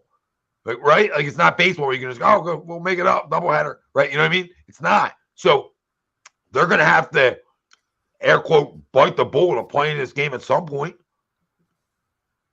And you think, and like, I hear what you're saying. I just don't think the NFL has it in them to be moving stuff. And listen, that's we'll probably agree to disagree on this because I think under a normal circumstance I would agree with you, but with what's going on and with what these guys worked so hard all year for, and in the interest of trying to make the least amount of waves on this. Absolutely, I think they will push it back. It's a different scenario, but we just went through this 2 years ago with COVID. They did everything they could not to push games. I mean, the Broncos started Frank at quarterback one game. I remember that. Right off the practice squad. Like I understand what you're saying, but that was something. I don't think they're not going to bend over backwards to change everything. If they change the AFC, they change the AFC. That's on them, right? I mean, it sucks they don't get a bye. Yeah, but I mean, they're not going to do that. They're not going to change one and not change the other. Why? Because of the competitive advantage for the Super Bowl. They're not going to do that. They're not going to give one team in the NFC an opportunity to get guys healthy and sit for 2 weeks, and then rush everybody else on the AFC side, going in with one less week for them to be able to get healthy for the Super Bowl. They're not going to do that. Okay. Let me lay out this scenario. I'm not saying it's going to happen, but Can I lay out a scenario? What if during NFC Wild Card Weekend you played the Bills-Bengals game along with the NFC Wild Card games, and then you played the AFC Wild Card games the following week? Yeah, that's what Tommy and I are talking about. That's what they suggested, and that's why I'm saying they won't do that because of the competitive balance. Oh, because then the AFC team won't have that extra week, correct? Correct. Yeah, They're going to have an NFC team that's got 2 weeks to get their guys healthy, and the AFC teams are kind of hope nobody gets hurt. They're not going to do that. I think they're going to wait till the end of this week, see how it plays out, and if it even matters. Yes, I agree. Yep. I agree. Yep. Because Buffalo needs this game to get into the playoffs. They need a win to secure it. I mean, they can get in. They can get in without it, right? Without a win, but to secure it, they need a win. Who? Buffalo. Oh, I'm sorry. New England. Yeah. Who Buffalo plays. Right. So it's all gonna. I think it's all gonna depend. Obviously, they're gonna wait to see what this weekend, see how it shakes out, if the game even truly matters. I mean, if New England beats Buffalo and if Cincinnati loses this week, then it's not going to make a difference because the seeding's going to be what it is at this point already, right? Oh no, I guess the 1 and 2 would still, or the 2 and 3 would still be dependent on that. Am I right about that? The only thing that really this week mattered is who holds the tiebreakers, right? Mm-hmm. If Buffalo would have won, they held the tiebreaker over Cincy and the Chiefs. Yeah. If so Cincy I think won, then they would hold the tiebreaker over both. I think essentially it all right. If Kansas City wins this week, if Cincinnati wins this week and Buffalo loses, then it's locked in because then you have Kansas City 1. I think Cincinnati moves into the 2, and the Bills move into the 3, and the game doesn't make a difference then. So I think they're waiting to see how these games play out this week first. Yeah, what conference are we talking about again? The AFC. Cool. Thanks, Bill, for checking in. You know what I mean? Like, thanks for checking in. Like, I'm going to continue to tell you, they're not touching the NFC. They're not going to touch it. It's too much logistical touching. It's too much. Like there's the people who work in facilities. There's so much that goes in. All right. You're literally hosting a cocktail party for 70,000 people. Okay. For 70,000 people. That's not easy just to say, okay. All right. It's hard. It's hard enough for them to figure out how to play that game and how to shuffle around the AFC stuff, then say, oh, you know what? We're going to shuffle around this conference too. It just doesn't make sense logistically for them to do that. I understand what everybody's saying. I understand the points. I totally get it. But they're not going to like mess up two things because they got to figure out one thing. They're just not going to. They're not going to do it. Okay, one team has a. Well, no, they're either going to change it all, or they're not going to change either of them. Well, I mean, they might not have a choice with the AFC. We'll see what happens. But here's the scenarios for Sunday. The Chiefs. When have they done it, Bill? Bill, when have they done it, Bill? Like when have they? Like you're talking about different scenarios, babe. I'm going to help you out. 9/11 and what happened here are a little bit different. Okay, a little bit different. So can we please stop with the 9/11 stuff? That was a world shutdown. You understand? This is trying to figure out a way to make up a freaking football game. That's what you're trying to do here. Make up one. Not cancel the whole freaking thing. So I'm an idiot? I don't even want to argue about this kind of stuff. But one, I don't get paid enough. That's up to the guy who's making $44 fucking million a year to figure it out. Okay? And two, it's a difficult subject because of what transpired, what happened. Okay? But I will argue the fact that I'm not an idiot because I differ in opinion from you. Okay? But you sound like an idiot, though, if we want to throw idiot around. A little bit like an idiot when we talk about 9/11 and the other freaking comparison you make. Just stop it, please. The whole world shut down. Like they should have. But the NFL is not in the business of caring enough about the players to be shutting shit down. That's shown. I said they showed their cards a long time ago. And guess what? We all continue to come back because it's literally two trains colliding and we love to watch it. That's what it is. So we're as much to blame as the NFL cards because we keep running back and viewership keeps flying up. All right, and we're going to continue to run back. But let's not act like they're going to shut it all down. We're going to make a Bills Cincinnati. No, they're going to figure out a way to play it, okay, the best they can. And again, we're talking about it almost hurts the team in a way that sits while the other team's playing through. We know how that goes. So that's not a clear-cut advantage because Team A in the NFC sat an extra week compared to the Team B in the AFC that's going to the Super Bowl. I would probably bet on the team that just played. We just talk about Russ. Load me up. Usually the Super Bowl is two teams sitting. So they're both in the same boat.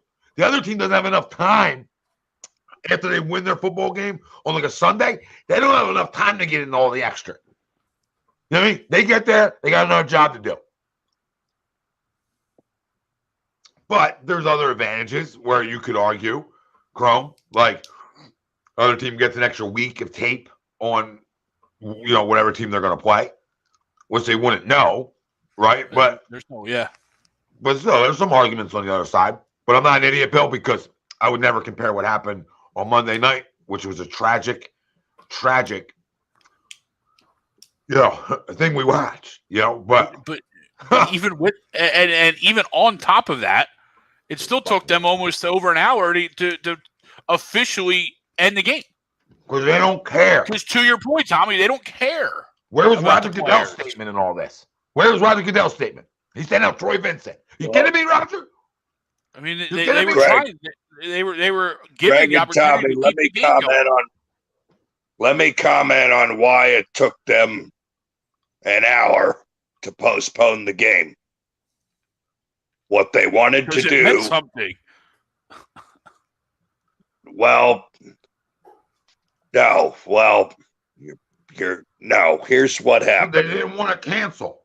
Because they knew the logistic nightmare of canceling a game.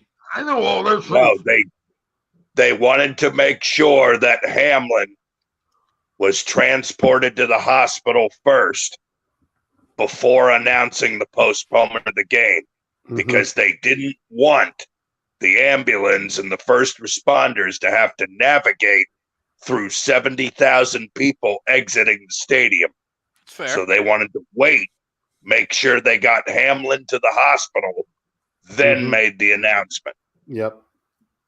Because they wanted to make That's fair. I'll give sure you that. they wanted to make sure the first responders had a clear path to get right to UC hospital before they had to, they didn't want to have to worry about them navigating. Still doesn't answer my question.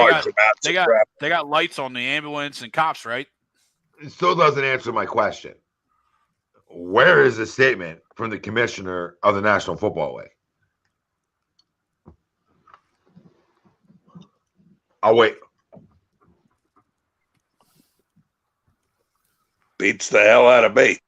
Send out Troy Vincent to do it. Noted. So that just proves this league don't give a rat's ass about player safety. This league doesn't care about any of that. Okay, when you talk about the things, God bless you, that they do to protect themselves as a league, but that is what it is. It is what it is. But to round that out, and then we can move on. I just was checking a couple things to make sure that I saw right. There was a lot of things that I watched today, and from all of the insiders, the only proposal is to add a week 19 and push all teams back. So from what everybody has reported, there's no moving one conference back and the other. It's either move everybody back, we're not smart enough, or declare it a no contest or a tie and just keep the seeding as it is. Exactly. Like I said, you should pay me $44 million because I'll make it work easier. That's the point. So I don't give a rat's ass what a bunch of national pundits' ideas are. Not saying their ideas are egregious. I just don't care. No, these are reports on what is being discussed by the league. By a bunch of idiots. Move one conference back. Yeah, because a bunch of idiots sit in a room making too much money that we're not going to do this tonight, bro. No, we're not going to do this. We're gonna go off of what I don't believe a word. It's like the CIA, the NFL. Like I don't believe a word that they're putting out. You know what I mean? Like it's all hush hush. I don't know. Who cares? Who cares? Who cares what they do? And this is I'm with Greg in that I don't think it's hush hush. I really think they don't want to have to make a decision until they have to make a decision. So they're just going to get through week 18 and then figure. Oh my God. They're putting things on the table. Bill, I wish Chrome didn't show up tonight, Bill, to be honest with you, because we'd be talking Eagles right now still. We'd be giving maybe score predictions. We'd be talking about this. We make this clear because it's not going to sound like I'm a jerk off. I don't care what they got to do. That's why that guy gets paid a lot of money to figure out what they got to navigate. You know what I mean? I'm just strictly speaking that for the fact that they don't really give a shit about players and they're not in the business of moving unless they are forced to and pushed into a corner. I think we know that to be factual, right, Chrome? You know what I mean? Like, to your point, if the game means I think something, this situation backs them a bit into a corner. That's the point I'm making. It could if that game means something. Right. And that's why I said I think after week 18, they'll make a decision. Yeah. Screw Roger Goodell. I don't like to give Roger any credit. We all can get on that page. I mean, Bill would literally crawl in the bed with you tonight. It's amazing. Over an argument, it's not even an argument. You know what I mean? Hey. Bill's so thankful you checked in. Yeah. That was thankful Chrome was here. Like it's warm. Dutch oven's warm. So you can tell me the NFL will push it back. You know what I mean? Everybody's Captain Obvious tonight.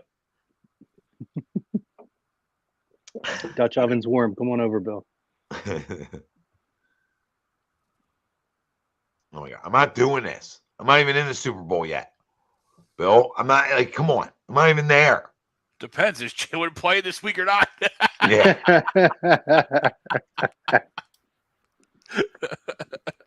So I don't know. And we still don't know exactly who's playing for us, but 31-17 Eagles.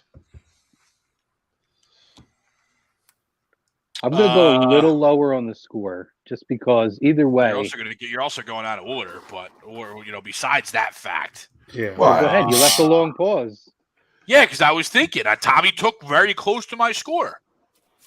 And I have my I'm score sorry. ready to go. If we I'm want to gonna go, I'm the gonna other go way. 34-17. Okay. I think the score is going to be a little bit lower because I don't think for either team you're going to see starters the whole game. I'm going to go Birds 26, Giants 19. Do you want to go, Noah? All right.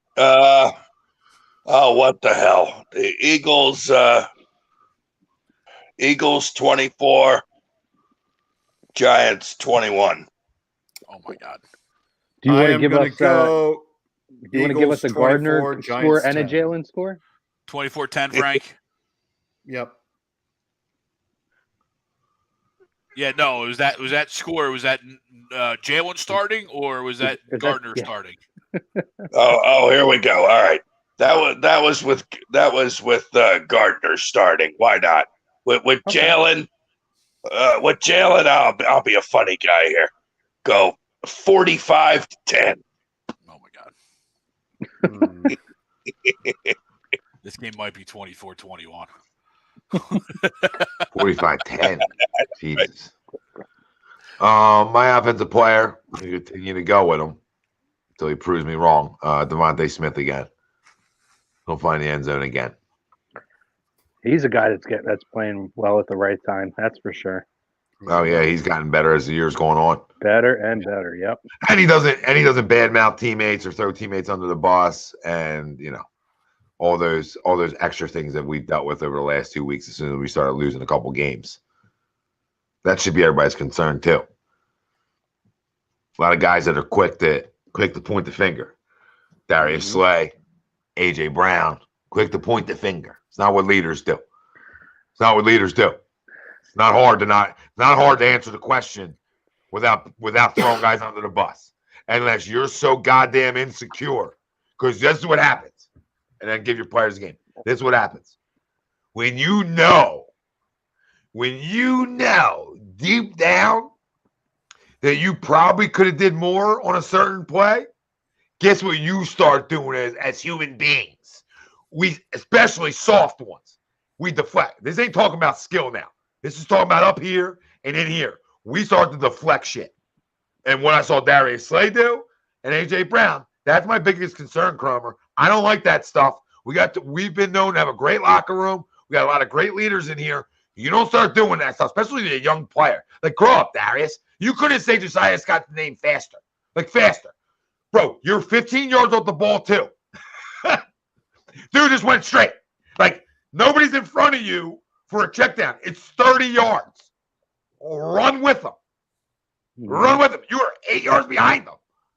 What were you getting yourself involved in? And then AJ, you don't run a hard route. Gardner throws a bad ball. Latimer makes a great read and play, right? And you're quick to say, he didn't look at me. So you stop running? It's not what that's not exactly what he said. I mean, I look up. I don't know why he didn't look up. Yeah, because he was trying to get his attention, and he just didn't look at him. And Lattimore didn't even look at AJ Brown. If you look at it, you know what I mean. Like I get you. I get you on that one. Where's the accountability? Well, no, I completely get you. Like, he still ran a lazy route, 100%. But he was. I don't think that was necessarily. I think you were saying there was more miscommunication than him throwing him under the bus. True, right? But you still, but to a casual, right? Or to the player in the locker room, like, why are you saying this? No, it definitely came off wrong. You know what I mean? It came off the wrong way. They read the play on us. That's all you got to say. Yeah. You don't got to get into detail of looks unless you're worried about Twitter. Because you're worried about Twitter. This is what you guys do. That is factual. That is true. Oh, what are people going to say about me on Twitter? So I'll make sure they know it's Josiah. Or the first tweet I put out after a game is, if you don't know football, you don't know football. If you don't think, you don't know, what my responsibilities were on that play. I'll tell you what your responsibility is. I don't care what cover you're in. Your responsibility on third and 30 yards on third and 30. Yeah, 3rd and 30 is might want to keep that guy in front of you. Don't give up 53. So, I don't like that stuff. It rubs me the wrong way, guys. I'm a big accountability guy. I hear you. You don't have to be accountability. Blame yourself. You just got to say, hey, we didn't make a play. We got to make that play. Yeah. We're going to get to work. We're going to make that play next week. Well, whose responsibility is it? And my answer back, as a great teammate, is we don't got to get involved in that. We're going to talk about that. We'll talk about that when we go watch the film because we get after each other. That's what you fucking say. That's what you say. That's what great teammates say. That's what they say. It's not hard. It's not hard unless you're making up for something. So maybe Darius, I don't know. I don't know. Maybe he's a little shrimpy between the legs. I mean, AJ, I don't know how he would be, but maybe he's a little shrimpy. You got a little shrimp, little pinky finger. I don't know, but it's just, I get what you're saying about AJ though, Greg. How that could be. Yeah. Maybe he isn't. Maybe he's not trying to be. His tone felt like. But we know this about number one wide receivers. That's why we love them, right? It's why we love them. There's a little diva to them all. I mean, look at JJ, right? Look at JJ. As soon as Jair Alexander grittied right on top of him on Sunday, I said JJ is done. And what'd he do? He walked around that game like a little bitch after that. Just because he got grittied on top of. Just because Jair came out and said, I want the ball. He got toasted. You know what I mean? Like he got toasted week one, and he answered it. See, this is the problem with that's why we love those. That's why we love those number one receivers, right? And we want one because we want that diva. No, for sure, right? 40 boy. I'm not telling you I'm a tone police. I'm telling you that I could do without you even bringing that up. That's all. I could do without you even mentioning his name. We all watched it. We all know it was. We all know it was a bad ball. And I'm not telling you, but what happens in this city and the media in this city, when a guy's a special talent, sometimes they're scared to keep it real. I'm not scared to keep it real. You ran a shitty route. You didn't care, it looked like. And the ball went pick six. That's what it looked like to me. So I ain't tone policing you. I'm telling you, I'm eye policing you. I watched you be lazy. Or not care. Happens. Darius, I watched T.Y. Hilton at 40 below by you. I watched it. So I just need you guys to say, hey, we're gonna take care of this. We're not, and you can say it to the media, we're not here to throw our teammates under the bus. You know how much that resonates? So when you go throw Josiah under the bus, you think that's good? Unless they're that tight, right? Unless they're that tight, where you're that close knit, where you can say whatever the hell you want, which may be the case, right? You're right, yeah. I'm not in the locker room like that. Maybe the case that they're that close, that it's a brotherhood that much, where it's like, yo, I can tell. I can tell anybody that comes to ask me a question. See Josiah on that play. Maybe that's how it is. I don't know. It doesn't go over wrong. Yeah, it's definitely a possibility for sure. My player of the game, offensive. I'll go back to the well again. Tommy went to the well. I'll go to the well. Hopefully, we see a big diet of him early. Miles Sanders. Is he hurt? He does have a knee. It is nicked up. I don't know what it is, but I know he was held out of practice today. Him and Bradbury were held out of practice. Well, that's fine. Real quick before you go, Chrome. Too, I wanted to bring this up earlier. There was a mention of Josh Sweat. Because I was wondering if it was ever announced what the actual injury was, right? Then they just kept saying neck, right? Nick Sirianni said Sweat was smiling and will likely be bugging him to play this week. It feel like, and then the writer said it feels like the Birds should probably keep him out. So that's good news that, Josh Sweat is not only like up and around, but that he might have just had like a stinger or something. Probably be bugging him to play. Get my quarterback bag to play. And that's not a shot at Jalen. That's not a shot at Jalen. But can you just be that annoying, please? Time to be that annoying, Jalen. Sorry, go ahead, Chrome. Who's a mind reader? We talking about me? We talking about Ted, mind reader. That's what happened. I'm not reading nobody's mind. I don't know if you're talking to me, you're talking to somebody in the chat. I might be just going off the handle for no reason. Oh yeah, I mean Don.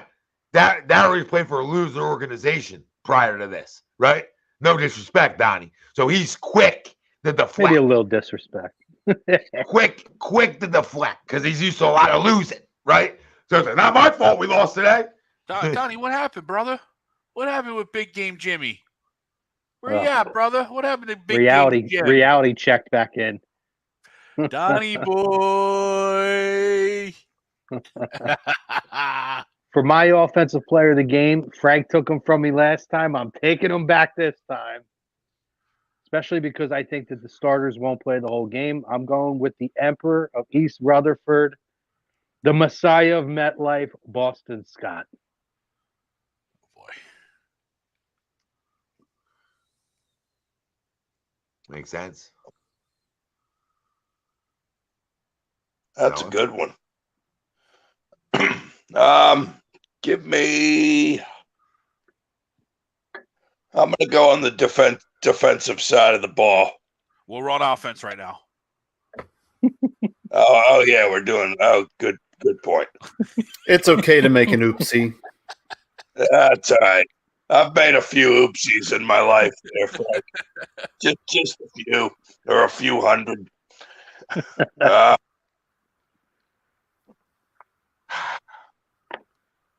Well, we don't even know if Sanders is going to play, huh? So, you know what? A.J. Brown redeems himself.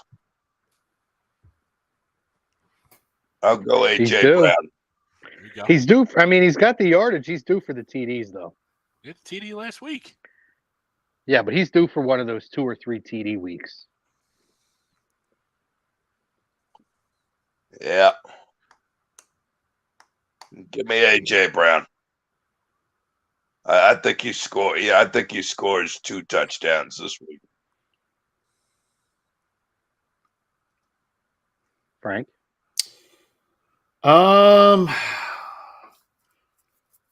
Let's see who to go with.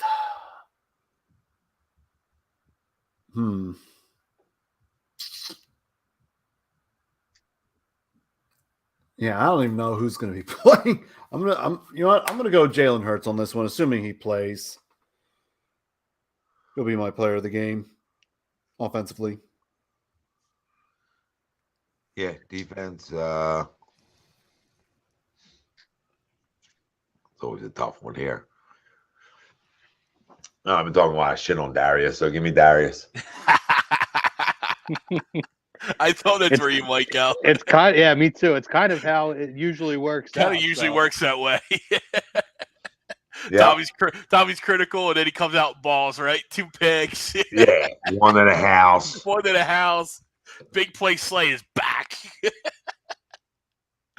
I'm gonna go up front. Give me on that historic defensive line. Give me Hargrave. Give me Javon. Nice. Yeah, I'm also going with the pass rush here. I believe if I could be wrong, correct me if I'm wrong. You're wrong. I think they're 5.5 sacks. That's a lie. They are 5.5 sacks away from setting the all-time team sack record in the Super Bowl era. Is that correct? I believe I heard that twice this week. Who's got the most? The Bears? I think it was the Bears. I'm going to go. I think they have another big week. Doesn't matter if it's Tyrod Taylor. Doesn't matter if it's Daniel Jones.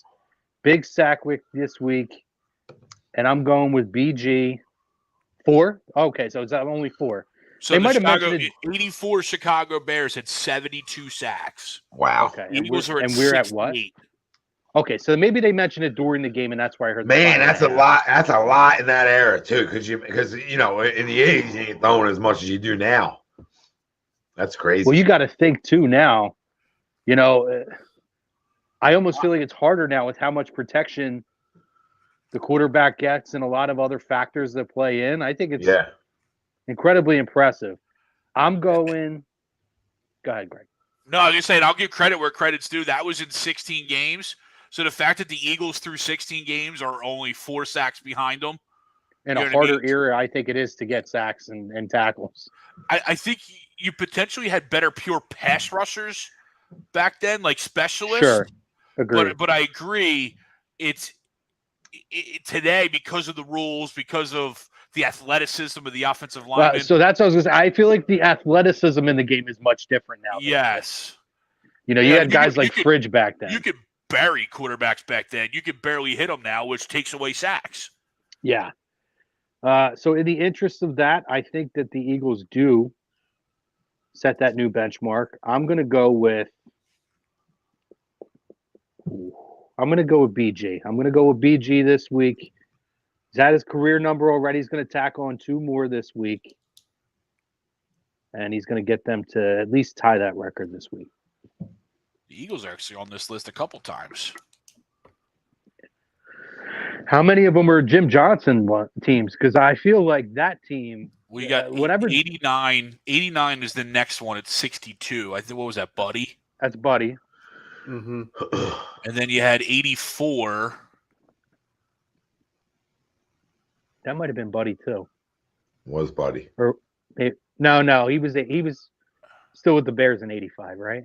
No, 84 is when they had the record. That was Buddy. Okay, yeah. You know, he was their defensive coordinator. That's one good thing we've always had two. here, guys. Overall, we've always had fantastic defenses. Like overall, we've had years that weren't great. But when you look at like the Jim Johnson era, the Buddy Ryan era, you know, basically from the early, like the late '80s, early '90s on, we've always had good defensive teams in here in Philly. The middle. Sorry, I'll be off the sidetrack in a second. The middle '80s Bears is in the top 10 like 4 times. You had the '84s, which is obviously the top. '87 they had 70. '85 they had 64, and '86 they had 62. I mean, that's the greatest. I mean, they're the greatest defensive unit of all time. That's insane. Sorry, defensive player to Noah. I know odd choice here, but I'll go with Josiah Scott. And keep in mind, didn't he have a pick did he have a pick last week? He had a big pick at the end of the first half. Yeah. He did, yeah. Because you get points. They get points there. That game's over. Not that it wasn't already, but yeah, that was a big pick. Definitely was. And I think that is a super safe pick, regardless of who's playing, right? Because he's going to be one of those guys that's going to play regardless of what unit's in the team. Oh, yeah. He'll get plenty of reps. Yep.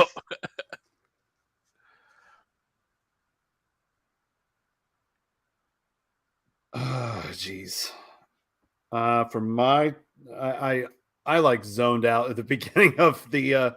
Who did Tom and Greg pick? Tom picked Big Play Slay. Greg picked Javon Hargrave. All right. Okay. That's what I thought. I'm like, all right. I wasn't sure if he was taking it. I'm going to go with Hassan Reddick as my defensive player of the game. And with that, I am going to call it a night. All right, brother. So, and also, if you did make your projections for the score, the current jackpot currently stands at $275. So, yeah, make sure to give out your offensive player and defensive player of the game as well as your score. So, with that, I bid you all adieu and go Birds. Go Birds. Go Birds. Have a good night, Frank. Thank 40 you. Boy Lou dropped a fun little question that we'll get to in a second, but a couple guys, I wouldn't be shocked if Linval Joseph or Ndamukong Suh had a big game here too, because I think they're going to get some reps in this game.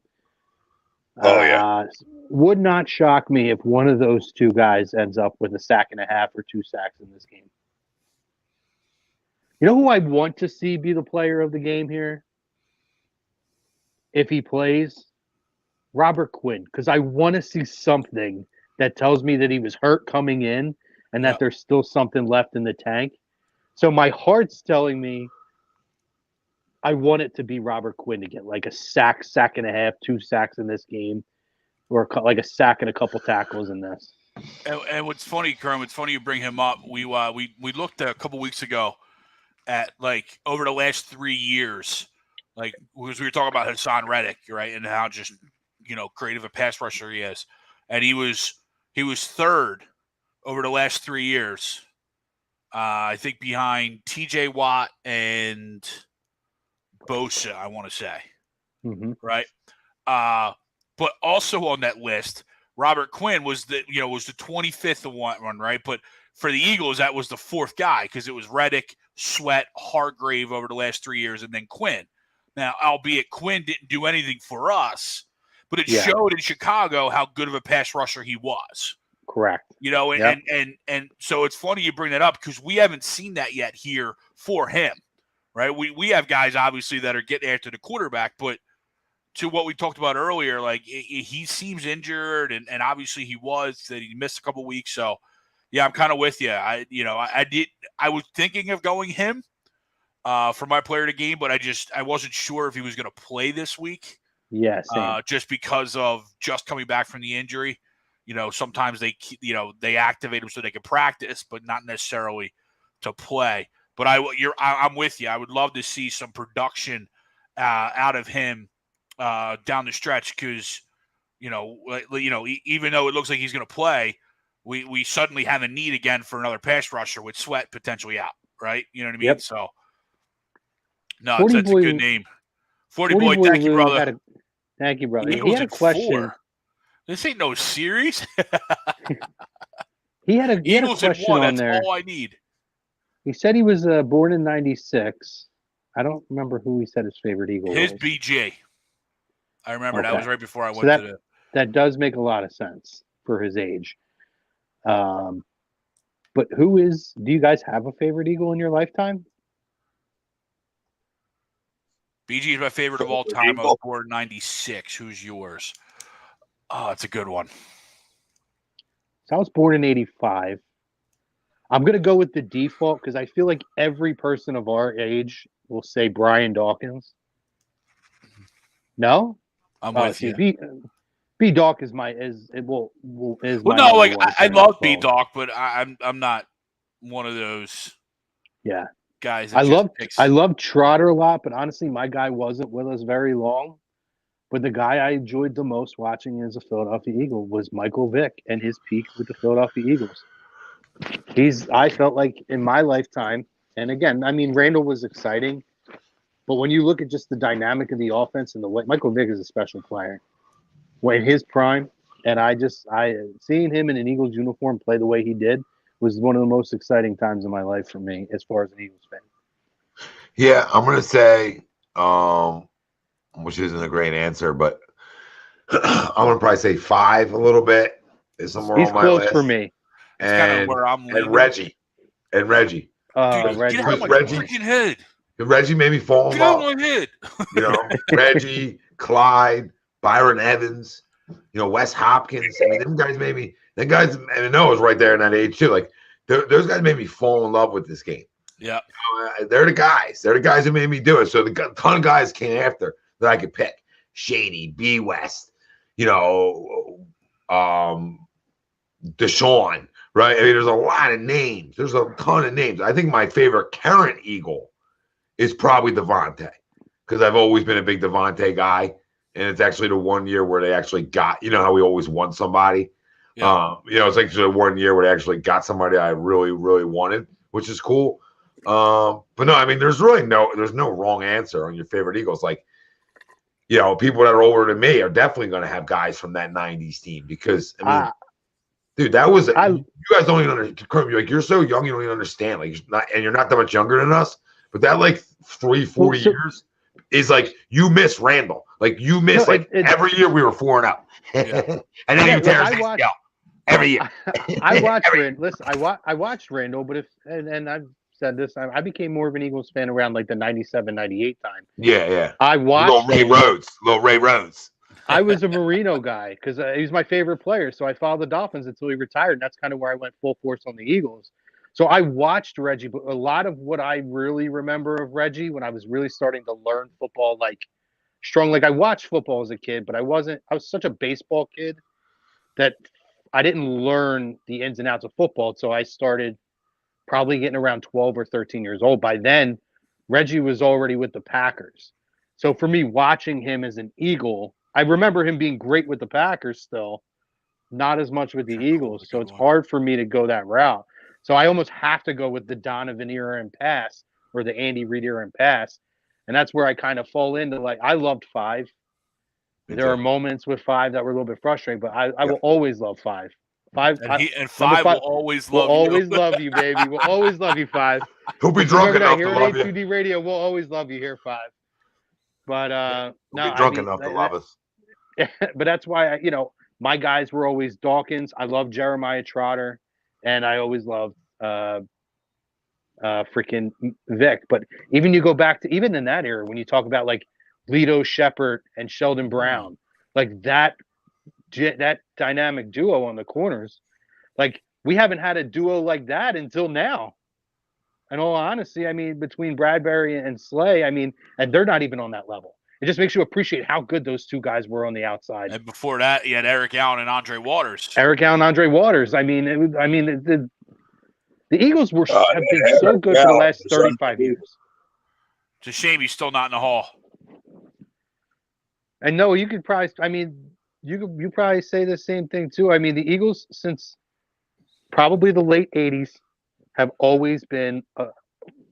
I'm saying overall, a phenomenal defensive team that have had so many great players in the history of this league come through this defensive unit at one point or another from like 87, 88 on. Oh, agreed.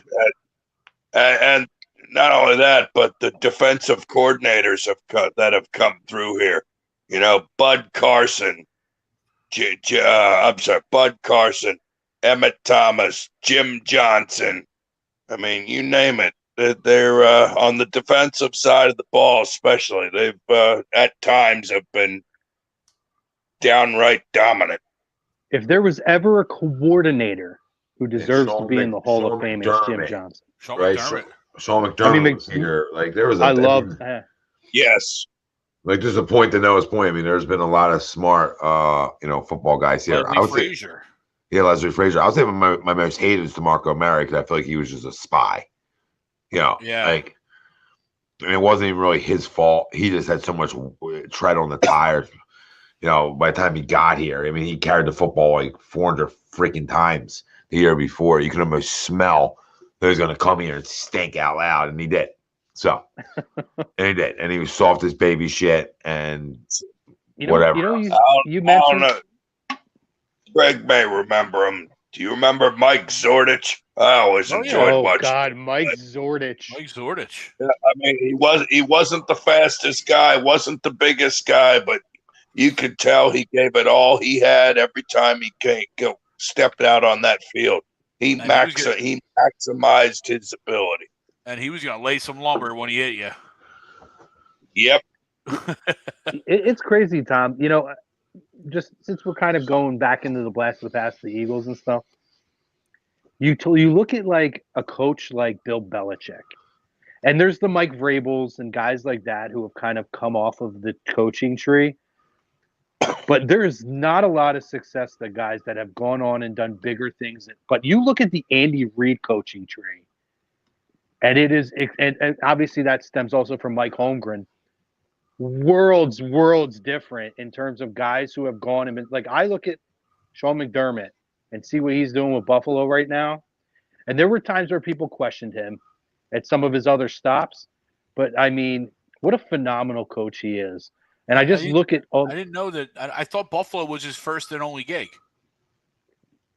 I'm talking about, but he was a coordinator in other places. Yes. I'm sorry. You're right. Yeah. I'm talking where there were people that questioned certain things. Yeah. What was he? Carolina and his credentials to be a head coach.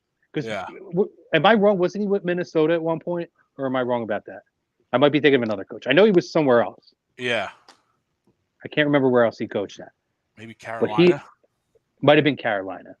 But he has been a phenomenal head coach. And the Andy Reid coaching tree, and obviously stemming back from the Mike Holmgren coaching tree, worlds better. Yeah, for sure. Got a lot of guys. And you can look at just down I-95, right? I mean, John Harbaugh.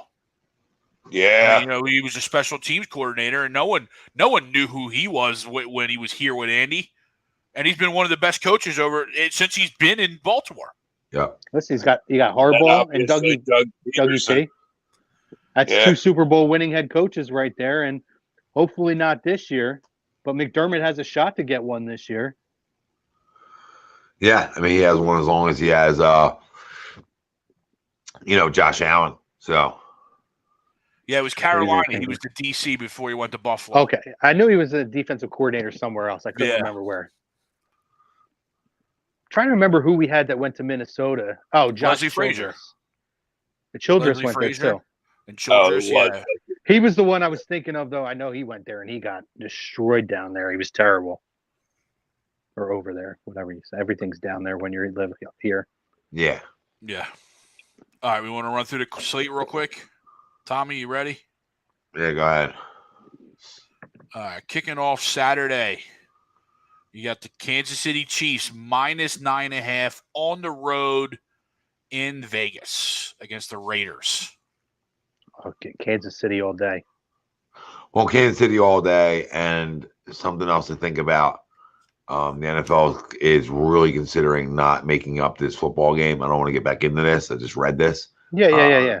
The score reported it, but they really don't want to make it up. They're really considering just going off a winning percentage, which isn't ideal.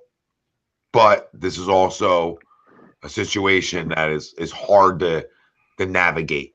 It's not easy. It's not like other sports where you can just make it up and whatever. It's just tough. Everybody's in a tough situation here. So we'll see what they do. But that was just reported on for everybody. So they're going to, like we talked about. Kansas City has to play, though. Well, Kansas City's playing. I'm talking about the Bills, Bengals, make No, up. I'm saying Kansas City, even if it comes down to winning percentage, Kansas City has to play their starters. That's what I mean. Yeah. So what I'm saying is, like, Kansas City is That's why I got Kansas City all day. Yeah, I got Kansas City all day. Kansas City are must wins. So, and not to mention, I was reading a Twitter thread. Oh, here you go. Patrick Mahomes needs 430 yards to set a record. I don't know if that's going to get out there and sling it all day. And he faces the number 30th secondary. And he averages 230 yards, 223 yards versus Vegas since 2019. Now, 430 is going to be pretty crazy, but I think he's probably going to play a lot of that game. I got the Chiefs as well. Well, I can't breathe, so just to let you guys know. Like, I came home from work, felt great. All of a sudden, came in my house, and I cannot fucking breathe. Oh, I've not been able to breathe like in maybe 3 hours, 2 hours. Neti pot time. Airborne, Noah, baby. Thought on the game? I think the Chiefs cover easily. I think the Raiders have packed it in for the season. I mean, they benched Derek Carr. To be honest, I don't even know who's starting at quarterback for the Raiders, and I don't even think it'll matter. Who? Jarrett Stidham. They almost beat the Niners. Yeah, that kid out of Auburn. Yeah. Kevin's favorite quarterback. They almost beat the Niners, huh? Well, he slung it. Almost only counts in horseshoes and hand grenades, and almost making the pick of your pick here. That's what almost counts in that too. Yeah, the Chiefs roll here. They absolutely roll. I think the Chiefs win by 4 touchdowns. Took you 2.5 minutes to get to the easiest pick of them all. 2.5 minutes. Hang on. You need me to kill more time? No, you need me to kill more time? You need me to fill more content? We're approaching 1 a.m. We're good on time. Yeah, we're great on time. Sorry for this for the next 2 months, guys. I do apologize. Saturday night. Oh, it's all good. Saturday night, Jacksonville Jaguars -6 hosting the Tennessee Titans. This is for the division. I got the Jags easy. Oh, yeah, Jags easy. Josh Dobbs starting, but it doesn't matter to me. No way different. What? No, Jaguars win by. This will be over at halftime. Bang. Man, that might be the first thing I got right ever. Kicking off the slate Sunday. Minnesota Vikings -7 on the road against the Chicago Nathan Petermans. Vikings. Minnesota. Because they got to play too. They're playing for the one. They are still playing for the one, yes. Yeah. So if a lot of stuff happens, that's gonna be the tough one, right? If a lot of stuff happens, they can still be the number one. I think Justin Jefferson is also playing. Christian Kirk needs two catches for a $500K signing bonus, and 91 yards triggers another $500K bonus. wow. Justin Jefferson needs 195 yards to set another record. So they're all there's a whole bunch of people playing for stuff this week. Yeah. Next game, Pittsburgh Steelers -2.5 against the Cleveland Browns. In Cleveland? At home. No, they're in Pittsburgh. I'm going Steelers. Mike Tomlin's got this lucky horse. Still have an outside shot at the playoffs.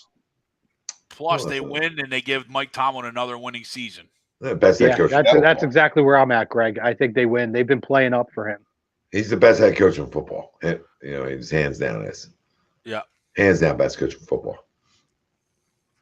Next game, Miami Dolphins +1 hosting the New York Football Jets. Well, I mean, the Jets stink out loud. So, I mean, I've had enough of them. I've had enough of them yo-yo and their quarterbacks. I've had enough of their whole offensive system. I've had enough of the Jets. So, did they say Teddy's playing or Skylar not? Thompson? huh? Do you really I trust got the Skylar Jets Thompson? in this game. No. I'm just not taking the Jets.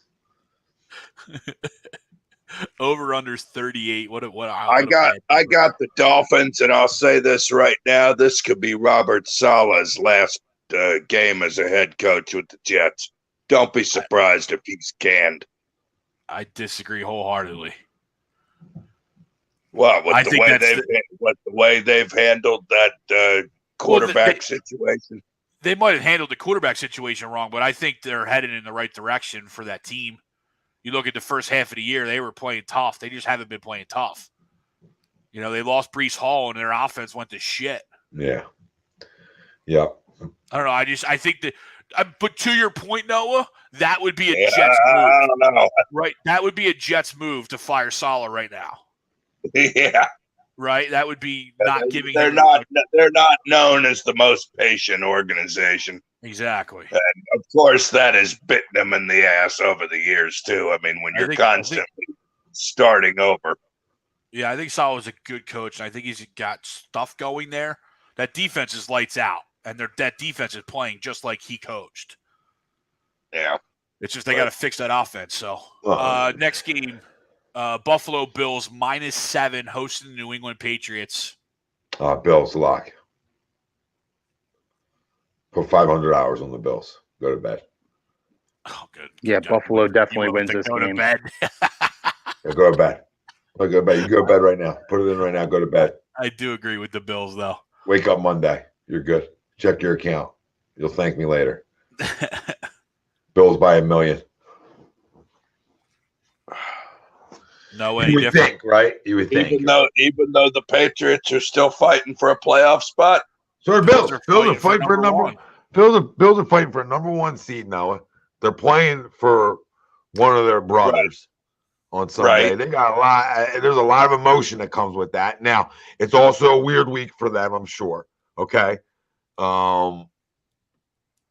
Patriots just stink. So, I mean, they just stink. They're just not good enough to me. They refuse to go get weapons over the last few years. They're just weird. They're a weird football team to me. So yeah, I'm not in the business of taking a team that might score that's fighting to score 14 points. I try to avoid taking those teams. And I know the Bills, they can light you up. So I don't know how New England keeps up with it. I know Bill's great. I get it.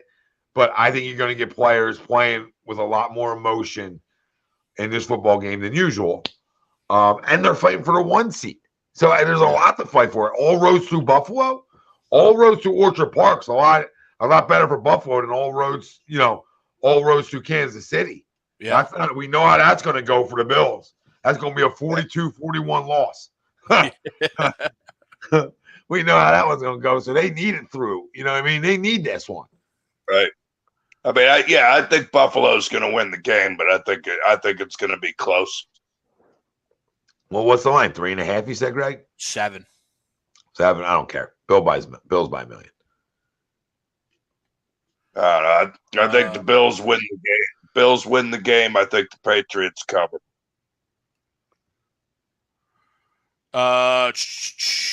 Atlanta Falcons -4 hosting the Tampa Bay Bucks. Very strange game. Because why would the Falcons win and ruin their draft seeding? Yeah, I'm going Tampa Bay on this game. Yeah, Tampa Bay. And I think at least the starters are at least playing a half, I thought. Oh, I mean, Tom's not going to allow that. I mean, they talked about that. Tom has always played. Yeah. I think 19 out of his 21 seasons, he's played in the final week of the season. And how many teams was he on that they were good enough that it was locked up already? How funny is that, Chrome? And then look at the result like we were talking about earlier, right? Yeah. You know what I mean? So the proof's in the pudding. No, Playing's absolutely. good for you. Playing's good for you. Now, Well, you should be running jet sweeps as a quarterback. You know what I mean? I don't need a QB design run through the 26 hole. You know what I mean? I just could I could do what you just throwing the ball in the last week.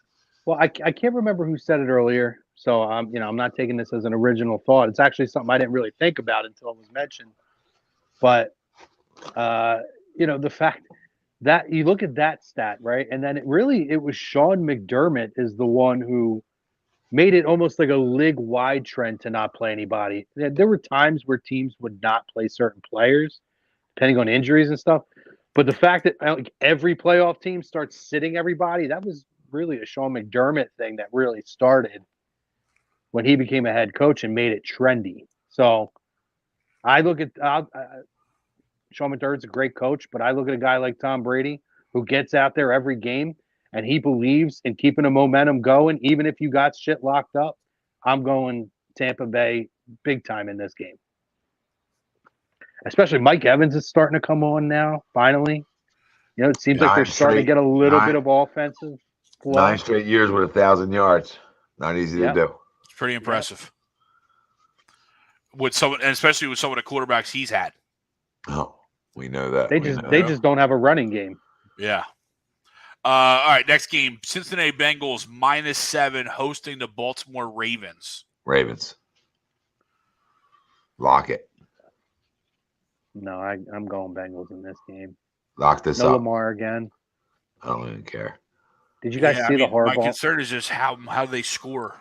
How does Cincinnati score? No, I hear you. I think I'm with you with the +7. I was trying to figure out a way. Yeah, I don't think they win. 42. Okay, yeah. 42 is yeah, hard. I think it's under, but I think that Cincinnati covers this game. They should, right, Chrome? Baltimore's defense is one of the toughest I've seen. I mean, the way they just constantly get off the field when their offense is atrocious, it's just amazing to me. So like I've really grown to like what they've done with less over the last few weeks. They've almost the backup quarterback syndrome, or not syndrome, but situation, like guys' attention to detail. I mean, their defense and the addition of Roquan Smith to go with Patrick Queen. I mean, their front seven are freaking like, there's grown men, and then there's the Ravens front seven. It's nuts. Did you guys see the Harbaugh presser though? His No. Frustration with the question of is Lamar playing, and he's basically just like, we don't know. No decisions are made. You can just read the frustration. And I know Woody or Woodward was talking about it earlier, and he's just cracking up. And it's true. You look at it, and it's almost like a guy who's stuck in the middle of like two family members arguing, because Lamar probably would be playing right now if he had his contract, but he's like, you're not going to give me a contract. I'm not I might be healthy enough maybe to get out there and grind it out if I needed to, but you're not going to pay me. I'm not risking my future, especially with what just happened this week. And you could just see Harbaugh's frustration because he loves Lamar. But now he's got the organization who's not paying Lamar, should have paid him already. And they were just like cracking up at like this poor guy who's sitting here in the middle of everything. And I feel bad for him too. I mean, it's a weird situation as a head coach to be in right now. No, it definitely is. New Orleans Saints -3 hosting the Carolina Panthers. By the way, give me the Bengals. Oh, sorry, buddy. That's all right. See, this one's tough because Carolina's been playing very well lately. Give me Carolina, just because. Yeah, I feel like Carolina. What was the line on that, Greg? 3. New Orleans -3.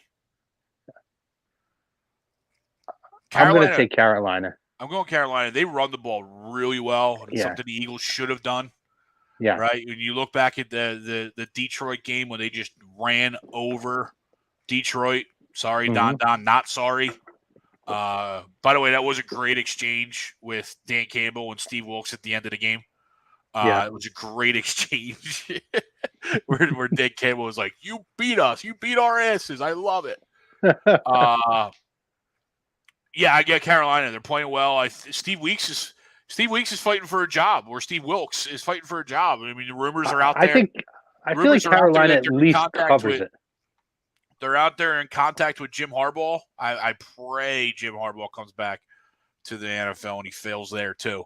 But yeah, I mean, Steve Wilkes is fighting for a job, if not in Carolina, where he should get the full-time job. He's probably in line somewhere else with the way he's got Carolina playing. Yeah, I think Carolina at least covers in this game. Yeah. Noah? Yeah, give me Carolina. It'll improve the Eagles draft pick. Bingo. Get us back. Need that too, baby. Let's back in the top 10. I think we're at 10 right now, but get us back up a little bit more. Would have been nice if we helped ourselves last week. I know, right? Fucking no kidding. We had like a double. I was trying to get through a whole show without dropping an F-bomb, but god damn it. Here's every week, Crump. Here's going to be the game of the week. Indianapolis Colts -2.5 hosting the Houston Texans. Over or under 38. Texans. What's the line again? 2.5. Give me the Colts because the Texans are still fighting for the number 1 overall pick. And with Chicago playing Nathan Peterman, they're going to lose. Yeah, I'm going to go with the Colts here too, because the Colts also, it's a weird team with everything going on, but they could put some points up on the board. They have random weeks where they'll put up like monstrous numbers on the offensive side of the ball. So fighting Sam Ellingers, is he playing? I think Sam Ellinger's playing. Hook 'em horns.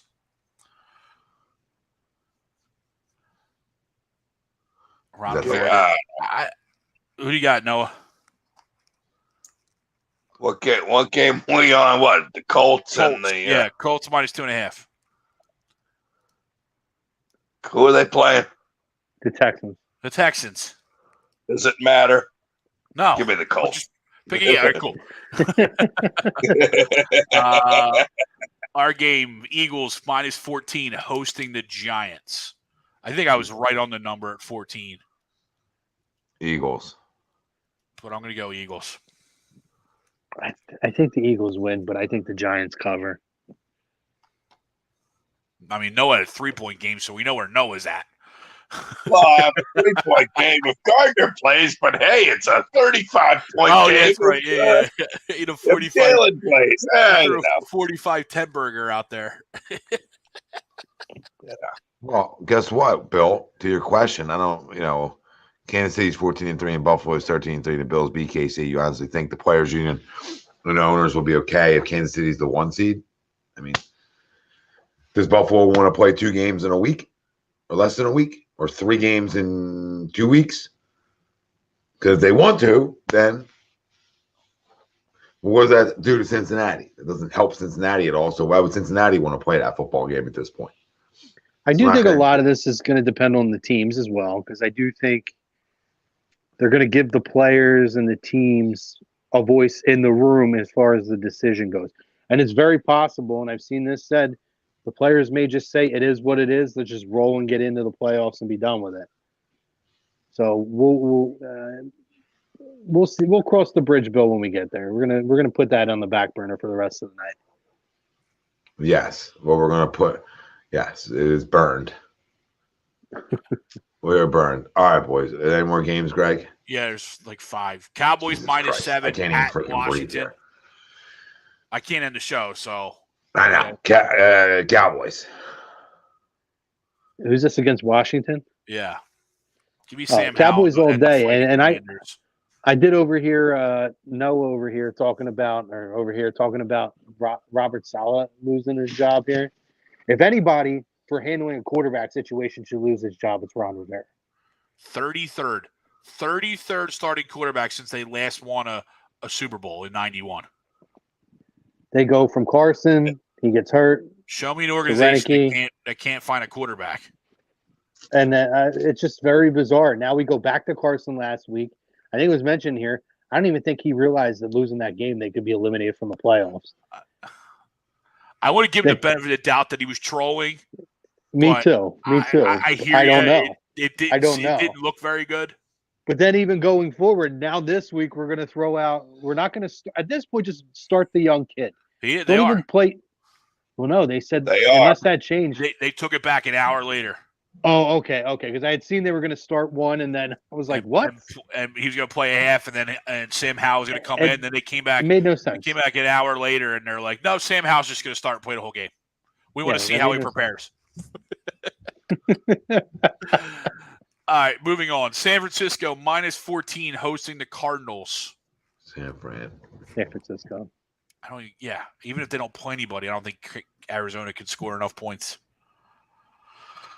San Fran. Yeah, San Fran. And I have Dallas beating Washington. So guess what, Birds? We better win the fucking game Sunday.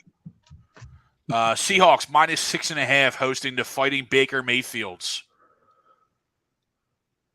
Oh. Give me the Rams. Yeah, I kind of like the Rams in this one too. Feeling dicey. Yeah, give me the Rams. Give me the Seahawks. Possible landing spot. He's going to go into a spot he could possibly play next year. Baker Mayfield and win. Broncos. So wait, what does Seattle need to make the playoffs? They need a Green Bay loss, correct? They need a lot to happen, I think. Yeah. No, I think they need to win, and they need a Packer loss. Possible. I thought the Packers Lions game was a win and get in. No, not for Detroit. Detroit needs Seattle to lose. Gotcha. Denver minus 2.5 hosting the LA Chargers. Guessing with that line, the Chargers are playing nobody. Still give me the Chargers because I agree. Yeah. What are the Broncos? There you go. Ted, Detroit needs Seattle lost and to beat the Packers. There you go. Noah, you were right.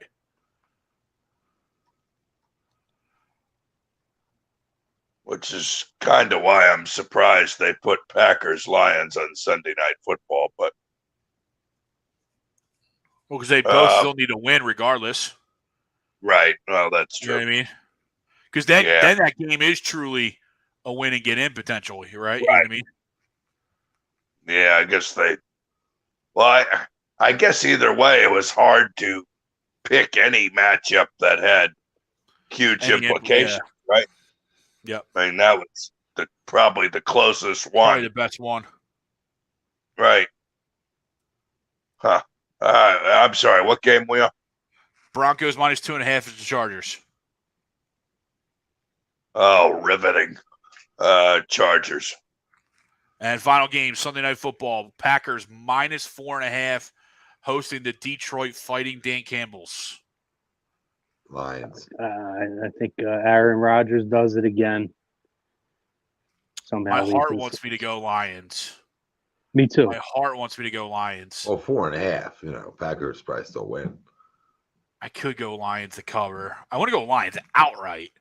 But there's also this thing of Aaron Rodgers being really good in January or December and January at home. Not as much end of January, but yeah. Yeah, not playoffs wise. Yeah. Yeah, I'm going Pack here. Wicked one. The Dallas is playing at the same time as the Eagles. Vlad the Impaler's not a dome. Yeah, I know it's Green Bay. I know Green Bay's not a dome.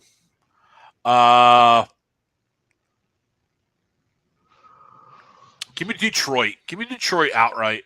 Give me Detroit outright. That means put all your money on Green Bay. Give me the Packers. Is there a scenario where we see Rodgers in the playoffs? Not until like the NFC Championship. Well, I'll say this. I think Green Bay is going to be a tough out once they get to the postseason. Oh, I'm not scared of Green Bay at all. Yeah, I'm not scared of them. I don't. Yeah, I mean they're good. They're playing well. The way our secondary is looked, I don't know if I want to see Aaron Rodgers, but man, I'm not saying we can't beat him. We did beat him in the regular season. You got Gardner Johnson back now. Yeah, and Gardner Johnson's going to be a big difference maker for that secondary. But also, I don't think there's a way we see them till the NFC Championship game. If we see them, it's there. Yeah. Which means they're playing well too, right? But it means we're playing really well. Right. Yeah. Boys, I would love to keep this going. I'm done. I'm the only one to end it, and I can't breathe. We love you all out there for commenting in. We appreciate you. We thank you so much. Hit the like, hit the subscribe, follow us on all social media platforms, as well as everywhere you get your podcast. Can't thank you enough. Eagles, let's go take care of business. Finish what we started. Walk out here with the number 1 seed. All roads lead through Philadelphia. Frank Vespi, not with us. Michael Chromiak, no Eaton. Greg Mwakovic. I'm Tom Arno. We're going to thank Fan Up. They're our sponsor on A2D Wednesday nights. And Fan Up is the best way to enjoy fantasy sports, daily NFL, daily NBA, contests, and more. Win great prizes. Sign up today. Use our promo code A2D. You get $50 right at sign up. You can download Fan Up right on the Apple Store.